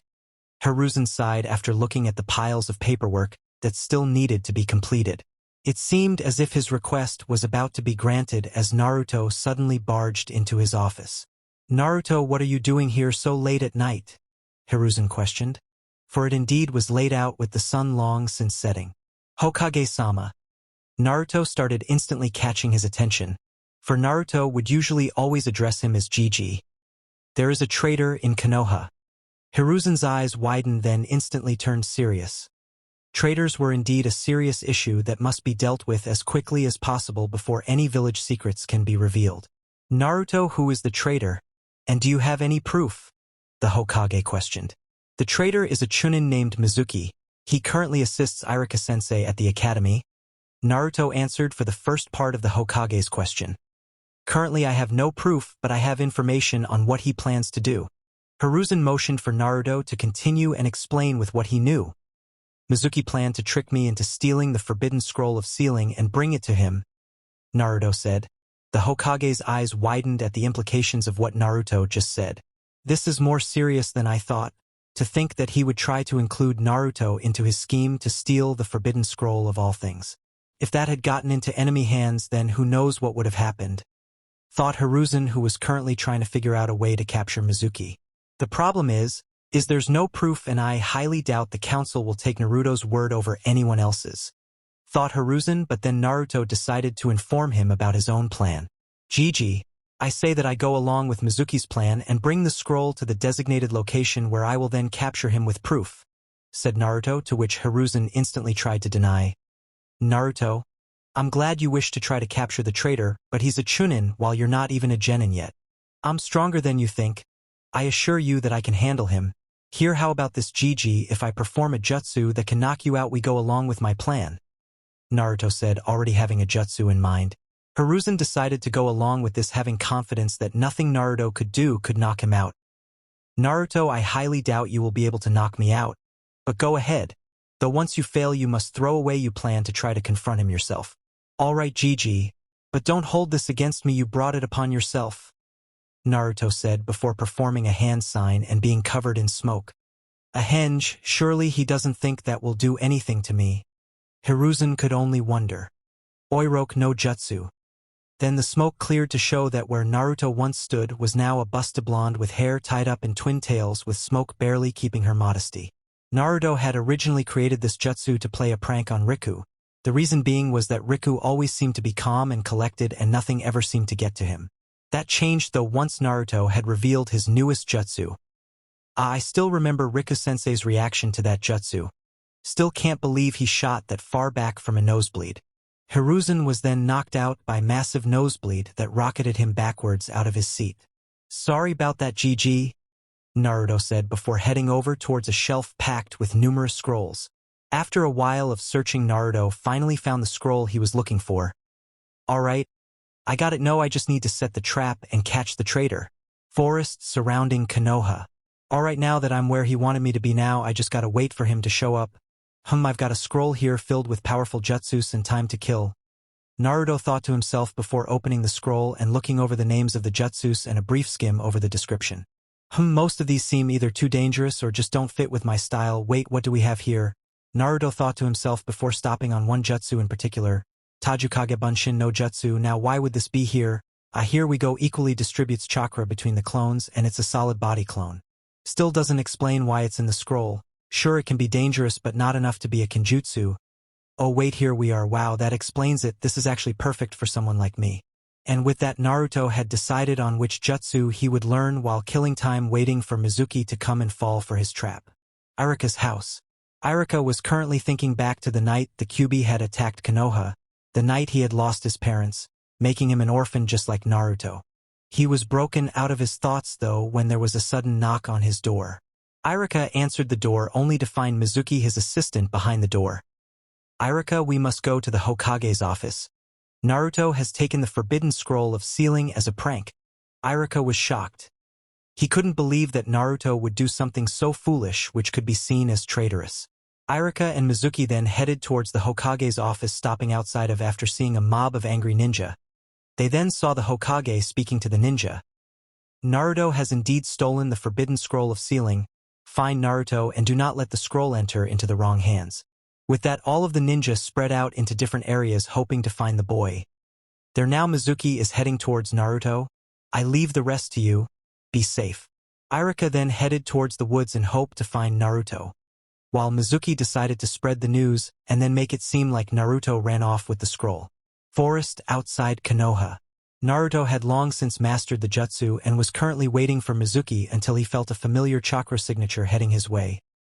I guess it's been reported that I've taken the scroll, but how the hell did Irika-sensei find me? Shit, this could ruin the plan. Ha! I've found you, Irika said when he appeared in front of the boy. Irika, now's not the time, get ready. Irika raised an eyebrow at Naruto's response before he heard the sound of something cutting through the air. Irika was about to push Naruto out of the way, but instead he felt himself being pulled along with Naruto being pulled out of the way. Impressive dodge, the attacker said, identifying himself. Naruto, give me the scroll. Naruto decided to play along for a little more as the dobe in hopes of having Mizuki reveal his plans to both him and Irika, giving him enough proof. What do you mean, Mizuki-sensei? Why did you attack Irika-sensei? Don't give him the scroll, Irika said while glaring at Mizuki. That scroll is filled with dangerous jutsus. Mizuki used you to acquire it. Good job, Irika-sensei. Now I don't have to worry about him trying to figure out what's going on, Naruto thought before looking back at Mizuki. Naruto, there's no point in you having it, Mizuki said with a smirk. How about I tell you the truth? Irika's eyes widened at what Mizuki was about to reveal to the young blonde. Mizuki, don't. Do you remember how 12 years ago the Yondaime Hokage defeated the Kyuubi? Mizuki asked. Kyuubi? Why is he bringing up the Kyuubi now of all times? Well, since that day a law was made by the Sandaime Hokage, a law centered around the Kyuubi, Mizuki said, his smirk turning maniacal. The law states that the truth of that night 12 years ago was to never be revealed to the younger generation, but mainly this law was to keep the truth away from you. Truth behind the attack, what the hell is he going on about? Why would there be a law to keep the truth from me? Were the frustrated thoughts of Naruto not seeing where this was going. The truth is, even though the Yondaime was powerful, he could not defeat the Kyuubi, Mizuki said with glee, taking sick entertainment in how he was about to ruin the boy. Wait, couldn't be defeated, then what happened? Why did the attack stop? Instead, the Yondaime Hokage had to seal the Kyuubi into an infant, Mizuki said, almost about to reveal the most well-kept secret in all of Konoha. Sealed in an infant? Wait, he couldn't mean.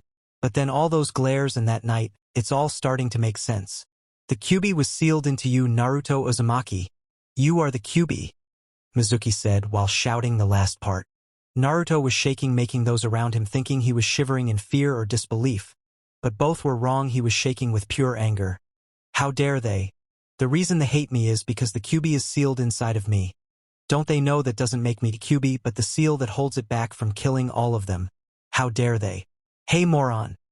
Naruto shouted, catching Mizuki off guard, imagining the boy trying to deny the truth, not to be calling him a moron. Don't you know the difference between a kunai and the scroll it's sealed in? How the hell are you even a chunin if you can't even figure that out? Irika was proud of Naruto for not letting the truth get to him and make him spiral into depression. Mizuki, on the other hand, was furious. How dare this demon insult and humiliate me? I'll make him pay. Mizuki then took the Fuma shuriken off of his back and threw it at Naruto. Irika was about to cry out Naruto's name and put himself between the shuriken and his student, but he was in for a surprise when Naruto twisted his body to the side in a split second, dodging the giant shuriken with barely any difficulty. Is that all you got? If so, I restate what I said earlier. How the hell are you a chunin? Naruto calmly questioned, igniting Mizuki's rage even further. Mizuki then charged at Naruto and was about to punch him right in the side of the head, but again Naruto dodged it in a split second with Mizuki's fist hitting nothing but air. You really are slow, you know that, Naruto said, as if pointing out the obvious. Here, let me try now. With that, Naruto did exactly as he said and proceeded to take his turn, which in fact was a straight punch, hitting Mizuki right in the middle of his chest, making him be sent flying back and crashing into the trunk of a tree. Don't tell me that's all you could take, Naruto said, feeling slightly disappointed, expecting more of a challenge. Mizuki then pulled himself back up, all the while glaring at the boy who seemed to be mocking him. I will never let a demon like you defeat me. While Mizuki was finishing his sentence, he charged back at Naruto, who only shook his head and sighed. How predictable. Maybe I should test that new jutsu of mine. The irony to defeat him with the jutsu that he indirectly allowed me to learn. Naruto then brought his hands into a strange hand sign that had the index and middle finger of both hands forming a cross. Tajukage Bunshin no Jutsu, and with that a massive amount of smoke covered the clearing. The smoke cleared, what they saw made both Irika and Mizuki go slack-jawed and wide-eyed. For the clearing was now filled with hundreds of Narutos, all sporting a somewhat sadistic smirk in Mizuki's direction. Mizuki was currently only having one thing run through his head right now. Oh shit. Hey Mizuki team. No matter how much damage you can do, I will always deal you the same damage 1,000-fold. Shouted all of the Narutos before charging at Mizuki. The battle, to sum it up in short, would be described as a massacre. For Mizuki ended up being brutally beaten up by all of the Narutos, making him end up bruised black and blue with bumps all over his body. Hokage's office. Hiruzen had long since been watching over the battle between Naruto and Mizuki. Impressive Naruto. Not only did you learn a technique that is easily Jounin level, but you could create so many clones. Then again you are an Uzumaki. An Umbu then entered his office bringing him news. Hokage-sama, we have found the boy. We are about to go and retrieve both the boy and the scroll. Don't, Hiruzen said, surprising the Umbu. The problem has been solved and Naruto will soon be returning with the scroll. Guide him to my office. With that the Umbu then vanished, heading towards the boy to bring him to the Hokage as ordered. Forest outside Konoha. Irika was currently staring at his favorite student as he was grabbing both the scroll and Mizuki and bringing them both over to Irika. Heh! Amazing Naruto, you never cease to impress me. To create so many clones, all of them solid no less. Irika then started to remember how Naruto would always state how he would become Hokage and surpass all the previous Hokages. Hey Naruto, come over here, I want to give you something. Naruto put both Mizuki and the scroll down and walked in front of Irika. Close your eyes, he said, with Naruto doing just that. Naruto felt something brush up and wrap around the top of his head above his blinder. Okay. You can open your eyes now. Naruto opened his eyes to see Irika's face. But this time he saw something different. Irika now lacked the usual headband that was always on his forehead. Naruto then brought a hand up to his forehead to feel the cold metal of a headband. Naruto's eyes started to tear up and he rushed at Irika, hugging him. Thank you, Irika-sensei, Naruto said, trying to stop himself from crying. The reason he was about to cry was even though he was usually laid back, he indeed did wish for a family, to which Irika seemed to fill in as his older brother. Alright Naruto, let's head back. I'm sure Hokage-sama is worried. Also we need to return the scroll and bring in Mizuki, Irika said while glancing at both the scroll and the traitor. Gates of Konoha. Naruto and Irika were then stopped by an Umbu when they were heading through the gates into Konoha. Irika was about to explain the truth but was interrupted by the Umbu. Naruto, Irika, you are both to head towards the Hokage's office while I bring the traitor to the INT. Irika then handed over Mizuki to the Umbu while both he and Naruto headed straight to the Hokage's office. Hokage's office. Naruto and Irika then entered into the Hokage's office to find the Hokage looking straight at them from behind his desk. Congratulations Naruto for both graduating and completing your first A-rank mission. Irika was shocked when he heard about Naruto completing an A-rank mission while Naruto raised an eyebrow. Must be a cover-up. Hokage-sama, what do you mean by A-rank mission? Irika questioned, trying to figure what the hell was going on. Naruto was given an A-rank mission to act as bait along with the Forbidden Scroll of Sealing to apprehend the traitor Mizuki along with finding proof of his actions to present to the council. Hiruzen stated, already having a cover story in place. Irika was even more surprised. Naruto was under orders to take the scroll, and he already knew about Mizuki. When did this happen? Now Naruto, if you would return the scroll to me, Hiruzen said. And please fill a report of your mission and I will then give you the reward for an A-rank mission. Sure Gigi, but there's something I need to talk to you about. He then glanced at Irika. Sorry sensei, but I need to talk to him alone. Irika had instantly figured out what he wished to discuss with the Hokage. He must wish to talk about the Kyuubi. Irika gave a nod to both Naruto and the Hokage and then exited the room. Okay Gigi, I already know you were watching me, so you must know what I'm going to talk to you about. Hiruzen let out a sigh.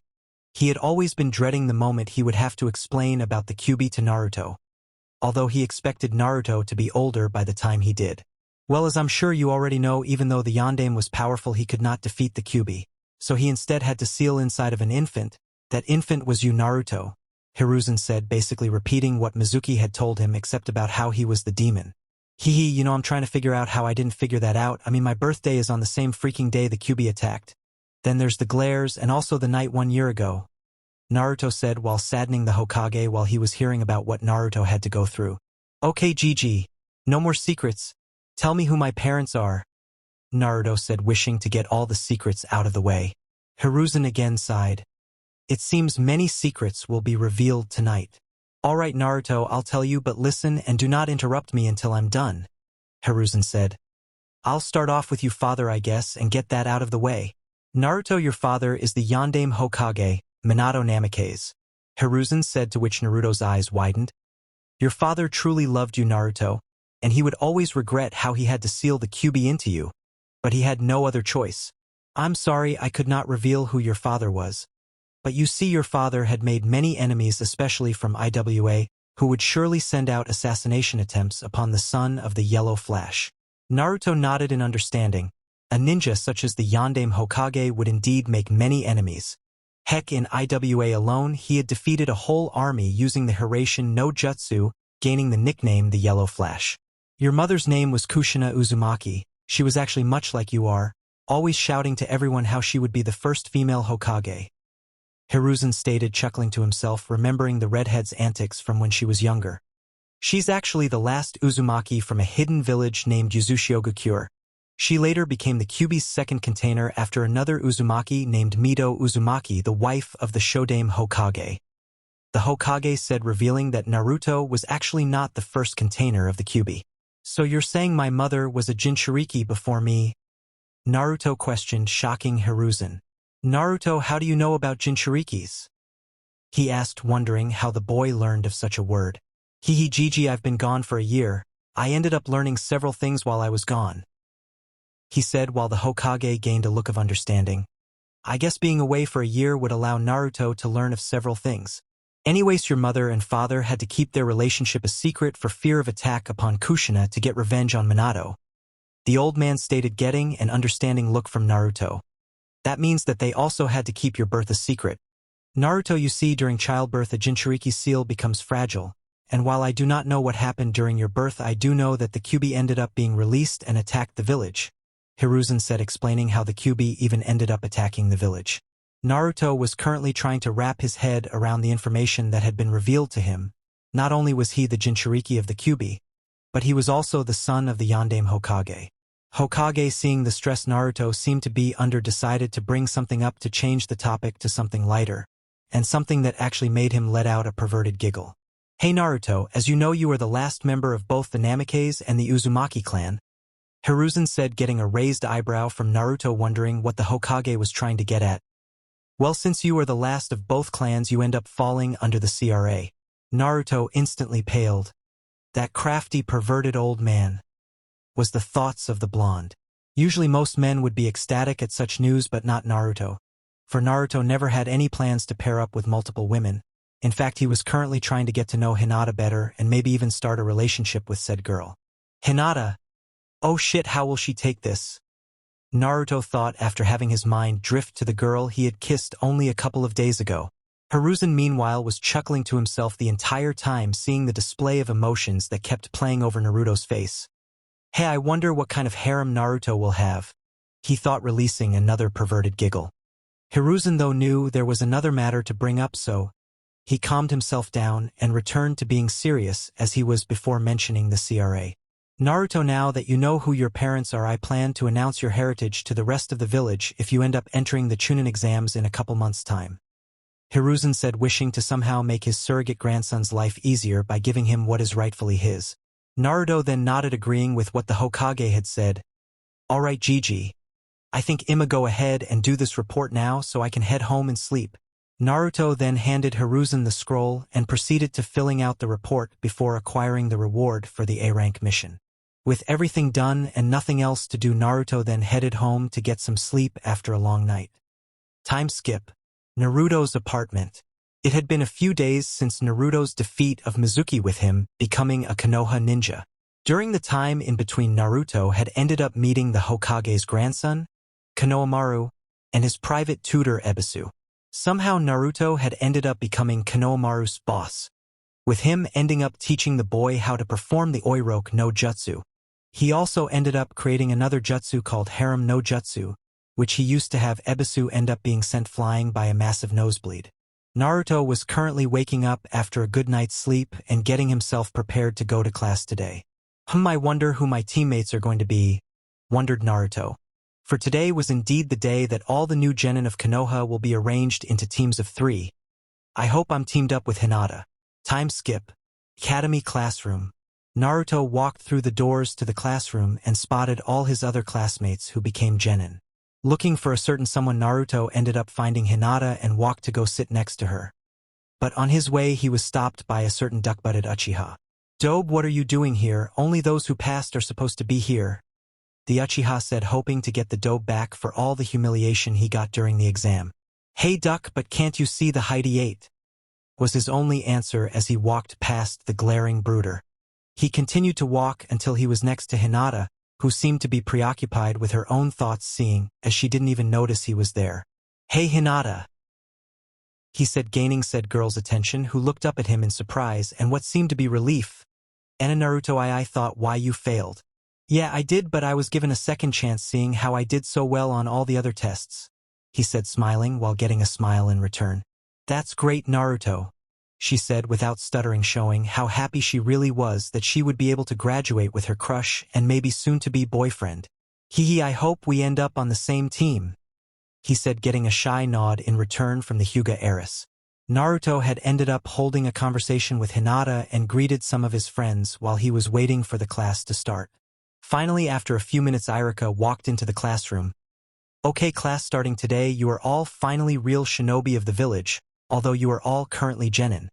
Irika then started to drone on about how each Genin will end up in a team with 2 other Genin while getting a Jounin instructor whose orders they will have to follow. The information of being in a 3-man team brought about different thoughts from different students. Naruto's thoughts were about wanting to be on a team with Hinata. The fangirls were all hoping to be teamed with a certain Duck, but while said Duck but was thinking being on a team will drag him down. "Alright, I will now designate who will be on what team and who your Jounin instructor will be," Irika said. After Irika finished naming the first 6 teams, of which Naruto knew none of the names of, Irika then said, "Alright, next is Team 7, Naruto Uzumaki, Sakura Haruno." Thump was heard as Naruto slammed his head down upon his desk, while a screech could be heard from his fellow teammate, and Sasuke Uchiha. The final name brought about several different reactions. For Sakura, she was cheering and gloating to the other fangirls who were all groaning about how they didn't get to be teamed with their precious Uchiha. Sasuke was currently glaring at Naruto, who was currently banging his head repeatedly upon his desk, wondering why he was being given this cruel and unusual punishment. "Is this because I pulled the Oiroke no Jutsu on Gigi, or maybe because I taught his grandson the Jutsu? This has got to be some type of payback," were Naruto's current thoughts. The next teams to be named consisted of Hinata, Shino, and Kiba being Team 8, while Team 10 was made up of Ino, Shikamaru, and Chuji, the children of the original Ino Shikacho. "This afternoon we'll introduce you to your Jounin sensei, so until take a break," Irika said, dismissing the class. Time skip. "He's late," screeched an annoyed Sakura. The reason being is that their Jounin sensei was currently 3 hours late from when he was supposed to show up. Sasuke was also annoyed, but he was trying to hide it by acting cool.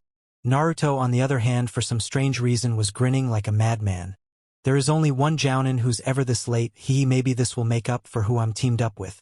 Since Naruto was so happy with the revelation of who his sensei was, he was in no way, shape, or form annoyed at the moment, which seemed to annoy the other 2 even more. "Naruto Baka, why are you so happy?" Sakura demanded, wondering why her teammate could look so happy about their sensei being so late. Naruto decided to take a page out of their soon-to-be sensei's book to annoy the girl even more. You say something." Before, Sakura looked merely annoyed, but now she looked like she wanted to punch someone, that someone being either Naruto or their currently absent sensei. Naruto decided to use this moment to play a prank. The prank consisted of a tripwire, spring-loaded kunai, and a slingshot-like contraption filled with water balloons. After a few minutes of waiting, their sensei opened the door and snapped the wire tied to the door. Their sensei watched with interest while a kunai was released after he had opened the door. After the kunai was launched, it ended up hitting and cutting another wire, this time hold back a slingshot filled with water balloons. This, however, made their sensei raise his one visible eyebrow. "Weird," No matter how I look at it, the balloons won't hit me, he thought. Like he had figured out the balloons indeed weren't aimed at him. Instead, the slingshot unloaded a shower of balloons upon Naruto's other teammates. Naruto looked on with an innocent look. Oops, seems my aim was off, was his only response.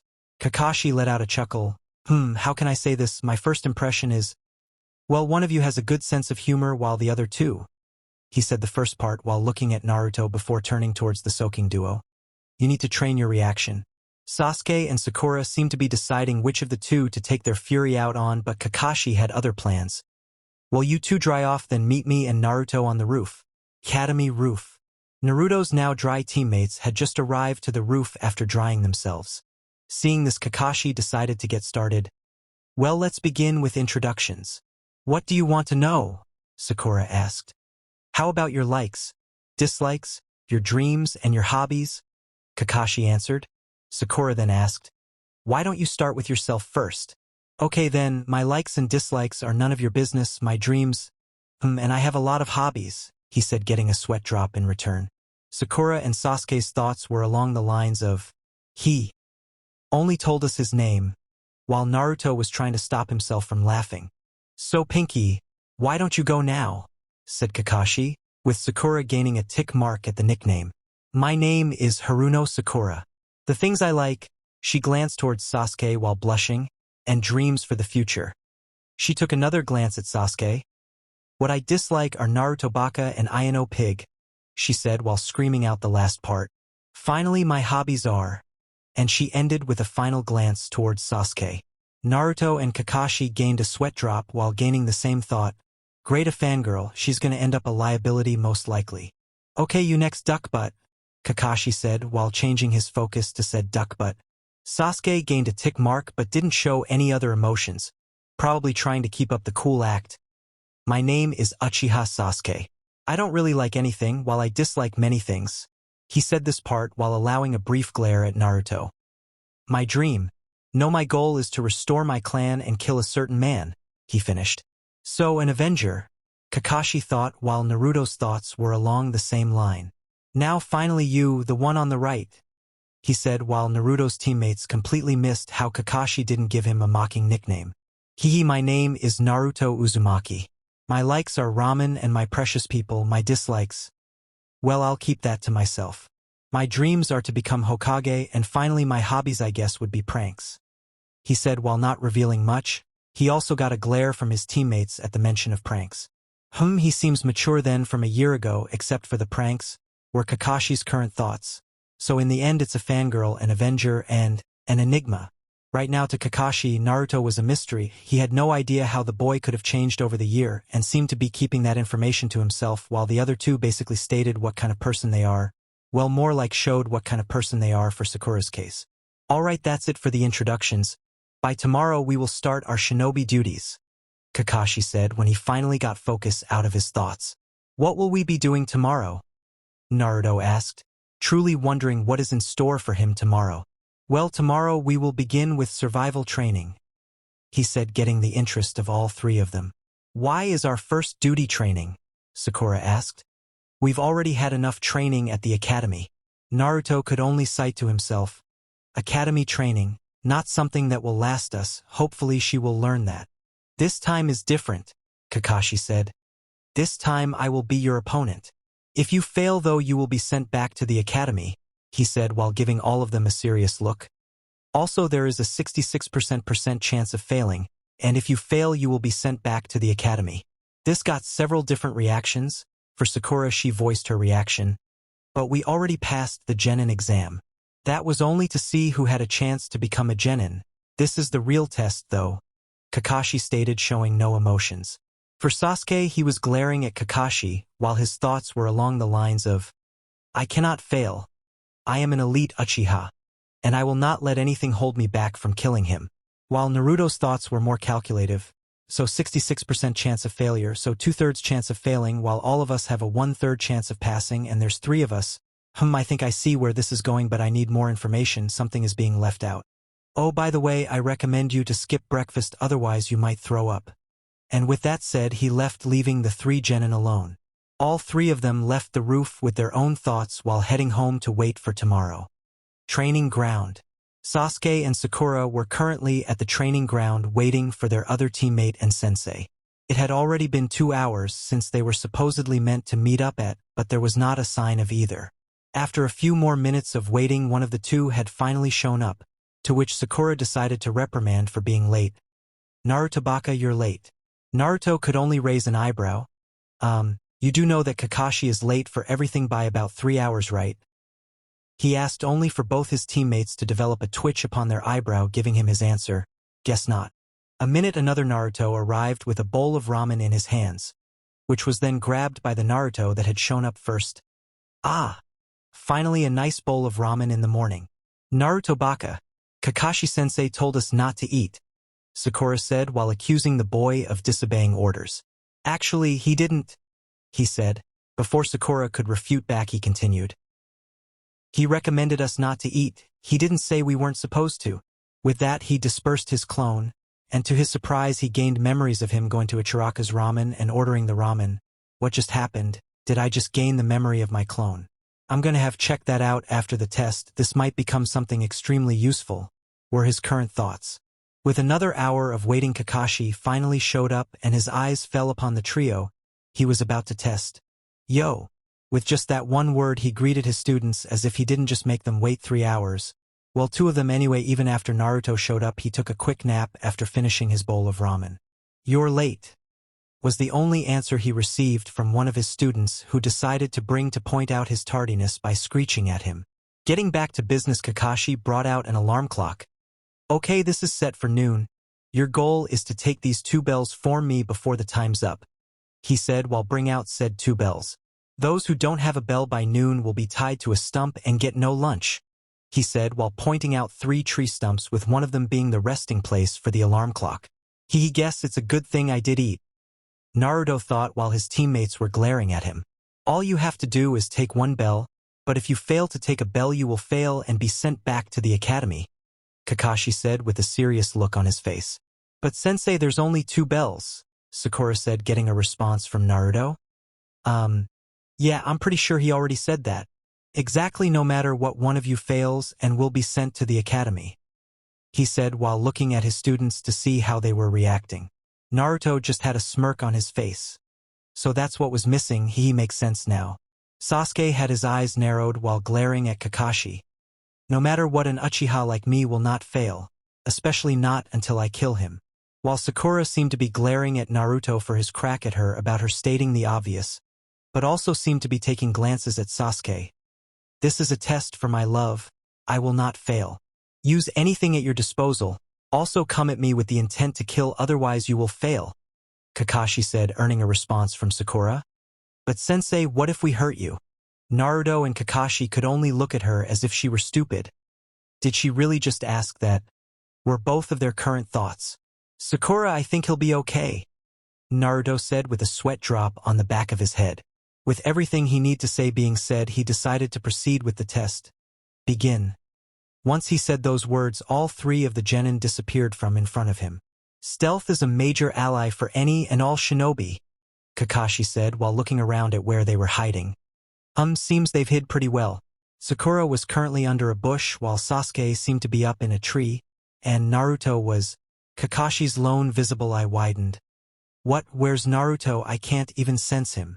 With Naruto was currently hiding in a tree while masking his chakra to the point it seemed non-existent. He was currently in a tree that allowed him to see both his teammates and his sensei. Okay, it's pretty obvious what this test is about. The reason all genin are paired up with 2 others is to accomplish teamwork. This is a test to see if a team can work as a team, hence the 2 bells, a distraction to try to oppose the genin against each other, were his current thoughts. He had already a vague understanding it would be about teamwork. The thing he was missing though was why the fail rate was so high, and then Kakashi brought in the 2 bells, filling in the missing piece. "Somehow I gotta get them to work with me. Well, first thing to do in battle is to gather information, so the best way to proceed would be to confront Kakashi while trying to get a read on his skills and speed while allowing both Sasuke and Sakura a chance to pick up on." With a plan decided, he vanished from his perch on the tree and was now standing in the clearing across from a surprised Kakashi, although he hid any signs of being surprised. Why would he reveal himself when I couldn't even find him? What is he up to? Hee Kakashi, before anyone else can get involved, how about you and me have a little spar? Naruto said, while Kakashi was gauging how to react. Seeing no problems, he agreed while both of them got in a ready position. Come on Naruto, show me how much you've grown. Shinobi fighting lesson number 1 Taijutsu, Kakashi said, while both he and Naruto were gauging the other, wondering who would attack first. Kakashi was planning to bring out his precious book as a form of handicap during the test, but he decided otherwise and instead focused on Naruto. Naruto was currently trying to figure out what level of exposure he should reveal. Maybe stick with level 1 for now with the skills of a high genin. Naruto decided to put his plan, so he began by creating cross-shaped hand sign while shouting out, Kage Bunshin no Jutsu, and with a poof of smoke there were now 6 Narutos instead of 1. This ended up shocking Kakashi, which could be seen with his lone eye being wider than usual. How does he know a Jounin-level jutsu? Wait, now I see the forbidden scroll. 3 of the Narutos then proceeded to charge Kakashi, interrupting any further thoughts on the matter. 2 of the clones went for a roundhouse kick from both the right and left side, aiming for his chest and head, making Kakashi duck down only to position himself for the oncoming uppercut, which would have hit if Kakashi hadn't bent backwards to dodge it. Impressive, to coordinate the clones to position me for a follow-up attack, were Kakashi's current thoughts while he was dodging and weaving the attacks from the 3 Narutos. Kakashi decided he has had enough and dispatched 2 of the clones by catching oncoming kicks from both directions and slamming them into each other, making them burst. He then dispatched the 3rd one by dodging the incoming punch and chopping him on the back of the neck. 3 down now, there are just the 2 others and the original. Not back Kakashi, but how about we move on to the next part of the shinobi lessons? Naruto said when his 2 clones then started to perform some hand signs. Second part, I guess he means ninjutsu. Wait, those hand signs, Kakashi thought with alarm. Naruto then proceeded to shout out the name of the jutsu futon. Glitter storm. Wind release. Glitter storm. And with a gust of wind, all the leaves around Naruto were then blown towards Kakashi at alarming speeds. Again, impressive. He's using his surroundings to his advantage, in this case the leaves from the trees. Katan. Hausenka no Jutsu. Fire release. Phoenix immortal fire. Kakashi called out before he blew out multiple fireballs to destroy the leaves before they could reach him, while creating a wall of smoke blocking both sides from viewing each other. Finally, when the smoke was cleared, Kakashi found himself standing alone in the clearing with Naruto returning to his hiding spot. He used the smoke to his advantage. But why did he challenge me in the first place? Unless, it seems he not only figured out the meaning of the test but also acted as a true shinobi should. Now to see if the other 2 picked up on what Naruto was trying to show them, Kakashi thought while glancing at his other 2 students. Sasuke was currently glaring at where his teammate once stood. How is the dobe that strong? Well, no matter, he's still no match to an Uchiha like me. While Sakura was trying to find Sasuke and seemed to barely have paid attention to the fight at all. Sadly, it seems neither of them picked up on what Naruto was trying to hint to them. Now that I've tested Naruto, I guess it's about time to test the other 2. Kakashi thought before he disappeared from the clearing. With Sakura. Sakura was still looking for Sasuke, but then she heard something behind her. Turning around thinking it's Sasuke, she was surprised to see the face of her sensei, with an eye smile behind her. Yo! Kakashi then dissolved into leaves that then started to rotate around Sakura, with her falling into a hypnotic state. Then all the leaves disappeared with Sakura snapping out of it. Wah! What just happened? She said while looking around her. Sakura! She heard from behind a bush. To her excitement, she recognized the voice as Sasuke. She then ran towards and around the bush shouting out, Sasuke-kun! What she saw, though, was an injured Sasuke leaning against a tree with multiple kunai and shurikens sticking out of his body, with one leg twisted in a way it shouldn't be and an arm that was cut off. Sakura, help me. Kyaa was heard throughout the training ground as Sakura proceeded to faint. Kakashi was currently observing how the girl had fallen under his genjutsu. Maybe that was a bit too much. Her record said she was at the top of her class, though. He mumbled to himself with a sweat drop. With Sasuke. Sasuke became alert at the sound of the scream that flooded throughout the training ground. That scream. Shinobi fighting lesson number 2 Genjutsu. Sakura fell for it pretty easily, Kakashi said from behind Sasuke, while he was leaning against a tree. Genjutsu, huh? Yeah, she would fall for that, but I'm not the same as them, Sasuke said. He seems so sure of himself. Well, let's see what he can do, Kakashi thought while he was studying the Uchiha. And why do you believe that you're so different? I mean, Naruto seemed to fight pretty well. Sasuke glared at the mention of the Dobe's name. I don't know how the Dobe was able to do what he did, but I am an Uchiha. I am the elite of the elite. There is no way a Dobe like him could compare to me. Kakashi could only sigh and shake his head at the bold act of arrogance. That arrogance will get him killed if he always thinks of himself superior to everyone. Sasuke then bent down and pulled out several and tossed them towards Kakashi, who proceeded to dodge them easily. But it seemed it was never the Uchiha's plan to hit him with them, for instead they ended up hitting a rope that then released many knives right in the direction of Kakashi. A trap. Kakashi again dodged this time into the air while all the knives passed by him and impaled themselves in a tree. The moment Kakashi landed, he was then greeted with a kick from behind delivered by the Uchiha, which Kakashi then blocked before it could hit him. Then he grabbed his ankle, locking him in place. But it seemed Sasuke wasn't done yet, as he threw a punch at Kakashi's head, while his foot was still trapped. Once again, though, the attack was useless as it was caught in the free hand of Kakashi, who was then assaulted by another kick from the Uchiha's other foot.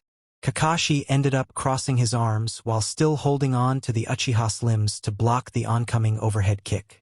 It seemed though it was all a distraction though for Sasuke's real plan, as he then tried to grab the bell with his free hand. Seeing this, Kakashi let go off Sasuke and jumped back out of his reach while Sasuke could only touch the bell just barely. I'll admit that was pretty impressive. He was even able to touch one of the bells, were Kakashi's current thoughts. Kakashi though was in for another surprise as Sasuke started to perform a set of hand signs ending up on the tiger hand sign. He then reared his head back while puffing up his cheeks in preparation for the jutsu. Katan. Gukaku no Jutsu. Fire release. Great fireball technique, he thought in his mind while he released the jutsu in the form of a giant fireball heading towards Kakashi. What? Kakashi said while his thoughts were. A genin shouldn't have enough chakra to perform that jut. The fireball then hit where Kakashi was standing, leaving a crater in the ground. But there were no signs of Kakashi. He's gone in the air. No, on the sides. Where is he? Below you, Sasuke heard from below him, answering his thoughts while Kakashi's hand shot up from the ground, grabbing his ankle. Doton? Shinju Zanshu no Jutsu. Earth release. Double suicide decapitation technique. With a yell, Sasuke was dragged into the ground up to his head, while Kakashi was squatting in front of him, looking down upon him. Shinobi fighting lesson number 3, ninjutsu. I'll admit he was pretty good for a genin, but he still has a long way to go, Kakashi thought while he was walking away from Sasuke. But I have a feeling that Naruto still has more to offer. With Naruto had been watching the confrontations between his team and his sensei, trying to gauge the strengths and skills of both sides. It seems like the fight with me and Sasuke surprised and interested Kakashi, but he still has yet to reveal his Sharingan but Sesukura. Naruto decided he had gathered enough information and decided to try to get his team to work as one to overcome this test. Now who to start with? On one side we have an arrogant Uchiha who would rather die than work with someone and see them as an equal, and on the other we have a useless fangirl. I wonder if it's too late to try to get different teammates, Naruto thought while sighing at what his team was made up of. It seems that Sakura is waking up now. I guess I should try to get her to team up first before she does something stupid, and also seeing as the Uchiha can't go anywhere, Naruto thought while chuckling to himself about the last part. So with his thoughts gathered, Naruto started to head to where Sakura was as she was waking up from unconsciousness. Hey Sakura, Naruto said when he was next to Sakura after waiting for her to get enough coherence to understand him. What do you want, Naruto baka? Wait, never mind, I've got to find Sasuke, she said, then completely ignored him to find her crush. Naruto's eye started to twitch. Calm down. Calm down. You need her to pass this test. He ran and caught up with Sakura, who was searching around for Sasuke. Look Sakura, I think I know what the point of this test is and how we can all pass, he said, trying to gain her attention only to fail with her ignoring him. The two finally happened upon the sight of Sasuke's seemingly bodiless head, which caused Sakura to scream again and faint again. While that was happening, Naruto had watched on. This may be harder than I thought. So Naruto decided to try his other teammate who was trying to figure out a way to free himself. Hey Sasuke, I think I know a way to pass this test. Quiet Dobe, I don't need your help, Sasuke said while not even looking at him. Naruto ended up gaining a tick mark but tried to calm himself down. calm down, just try again and make him see reason. I'm screwed. So for several minutes Naruto was alternating in either trying to reason with Sasuke or trying to wake up his unconscious teammate. Both failed. Sasuke would not allow himself to work with the dobe because of his arrogance, while it seemed as the fangirl was out cold. Finally the bell rang, signaling the end of the test, making Naruto groan at how his trying to get the team to work as a team failed, and now they all failed. With Kakashi. Kakashi had been watching the whole time as Naruto tried and failed to get his teammates to work together. Sorry Naruto, maybe next time you can get a better team. That might even be a good thing. See this team, although the council is going to kill me once the Uchiha fails. Clearing in front of the tree stumps. In the clearing, Sasuke and Sakura were currently tied to a tree stump while Naruto was sitting down with a box of lunch in front of him. Well, about the training, it seems like only Naruto will have to go back to the academy, Kakashi said to the group. Sasuke immediately got a smirk. It seems like the dobe is still a dead last. Unlike me, who is an elite. You two, on the other hand, should quit as shinobi, Kakashi said, ending the duo's parade, so to speak. What do you mean I should quit being a shinobi? Sasuke said while glaring at Kakashi. Also, why not the dobe? Because the two of you are just punks that don't deserve to be shinobi, Kakashi said, gaining a reaction from the Uchiha. The reaction was for him to charge out in anger at their sensei, only for him to be stopped with Kakashi now sitting on him with his arm held behind his back and his foot on his head. That's why you're a punk. You are underestimating ninjas. Why do you think you were separated into teams? Kakashi said with a deathly serious look, only to gain a confused look from Sakura while Naruto seemed to understand. The reason only Naruto should continue being a ninja is because he understood the answer and reason to the test. But you two continued to blow him off. For that I am sorry to Naruto that you failed, and I hope you can get a better team next year. Answer, what does that mean? And how did Naruto figure it out? Sakura questioned. She got her answer, but not from Kakashi. The answer was teamwork. Naruto is right. The reason for this test was to get all of you to work as a team. Alone it would be impossible for you to pass. But if you work together you would actually have a chance, Kakashi said, proving Naruto's answer correct. What do you mean by teamwork? There were only 2 bells, Sakura shouted out. Again Naruto was the one to provide the answer. The bells were only a distraction. The bells were never the means to pass. They were only supposed to make us try to work alone instead of as a team. Again Naruto is correct. The test was made to make you fight amongst yourselves. The purpose is to see if you can forget about your own interest and work as a team, Kakashi said, backing up Naruto's answer again. But instead only Naruto was able to do this. Sakura, you would always ignore Naruto and obsess over Sasuke.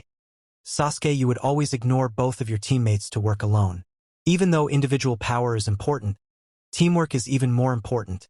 As a team, if even one flaw disrupts the team, then you will end up putting your teammates in danger. I'll give you one more chance after lunch, but this time I will make it even harder than before. Sasuke and Sakura are not allowed any lunch. And Naruto, if you feed them then you will all fail, Kakashi said before walking away. Instead of leaving though, he was watching over the team to see how they would act. Knowing Naruto, he will most likely try to give his team some food.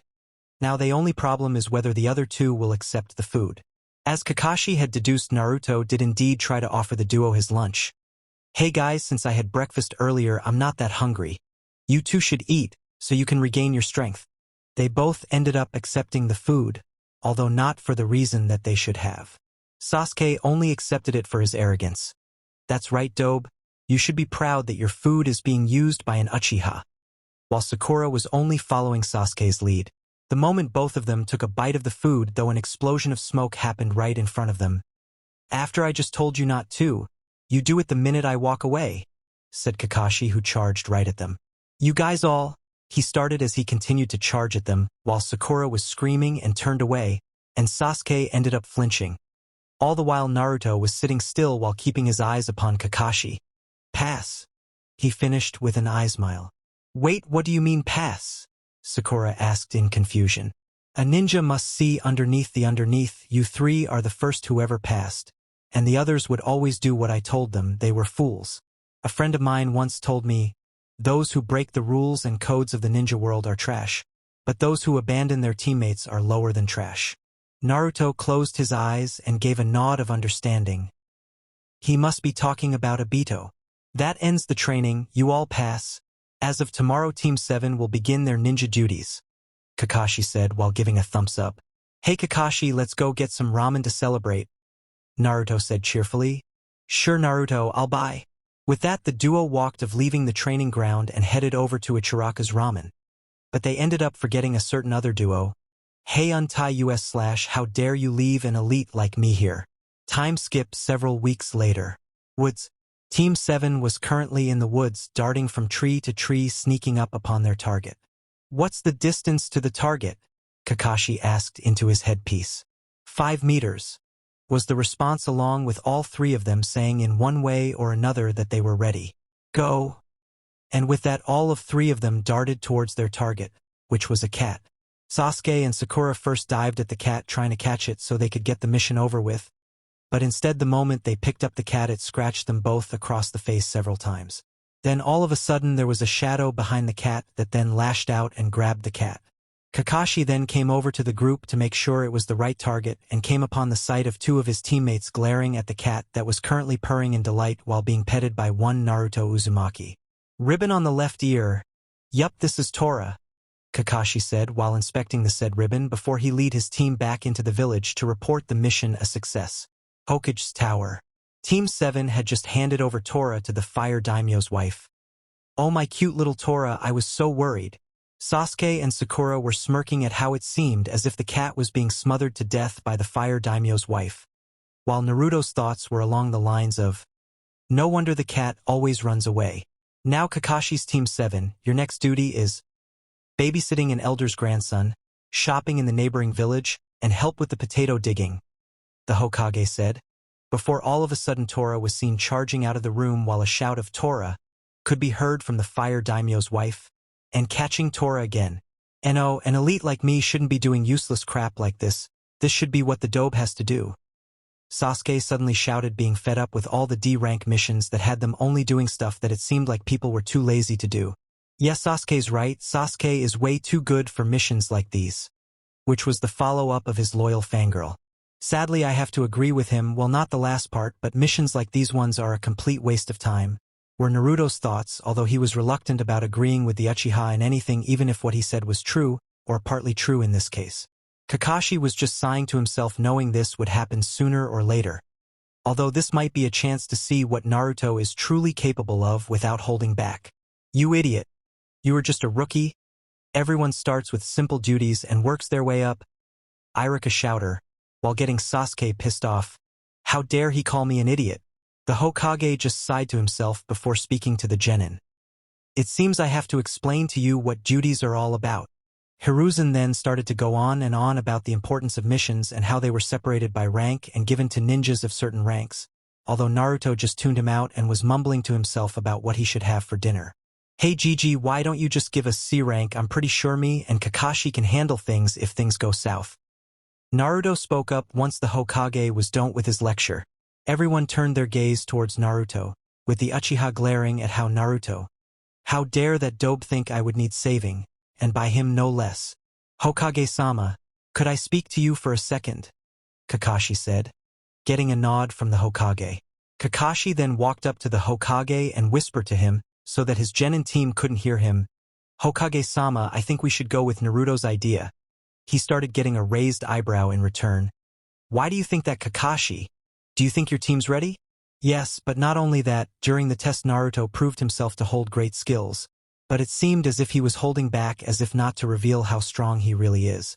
Then there is also him being gone for a year.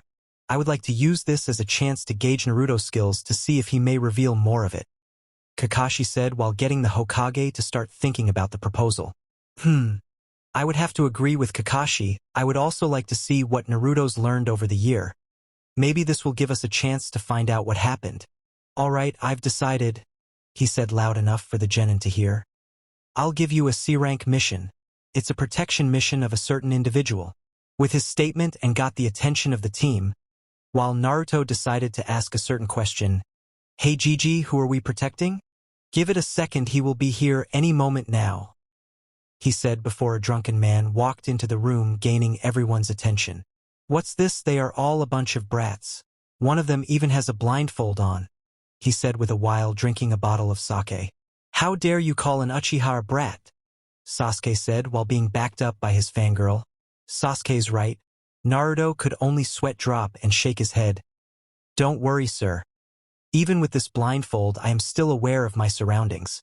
This caught everyone's attention. Now they thought about it, how could he get around so well while wearing the blindfold?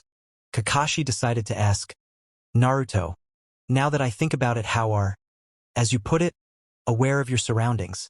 Oh, I never told you, did I? Well, I basically have incredible skills in being a sensor to the point where I can even create an artificial image with chakra of my surroundings, so I basically can see, just not in details. I can still tell people apart though by chakra signatures.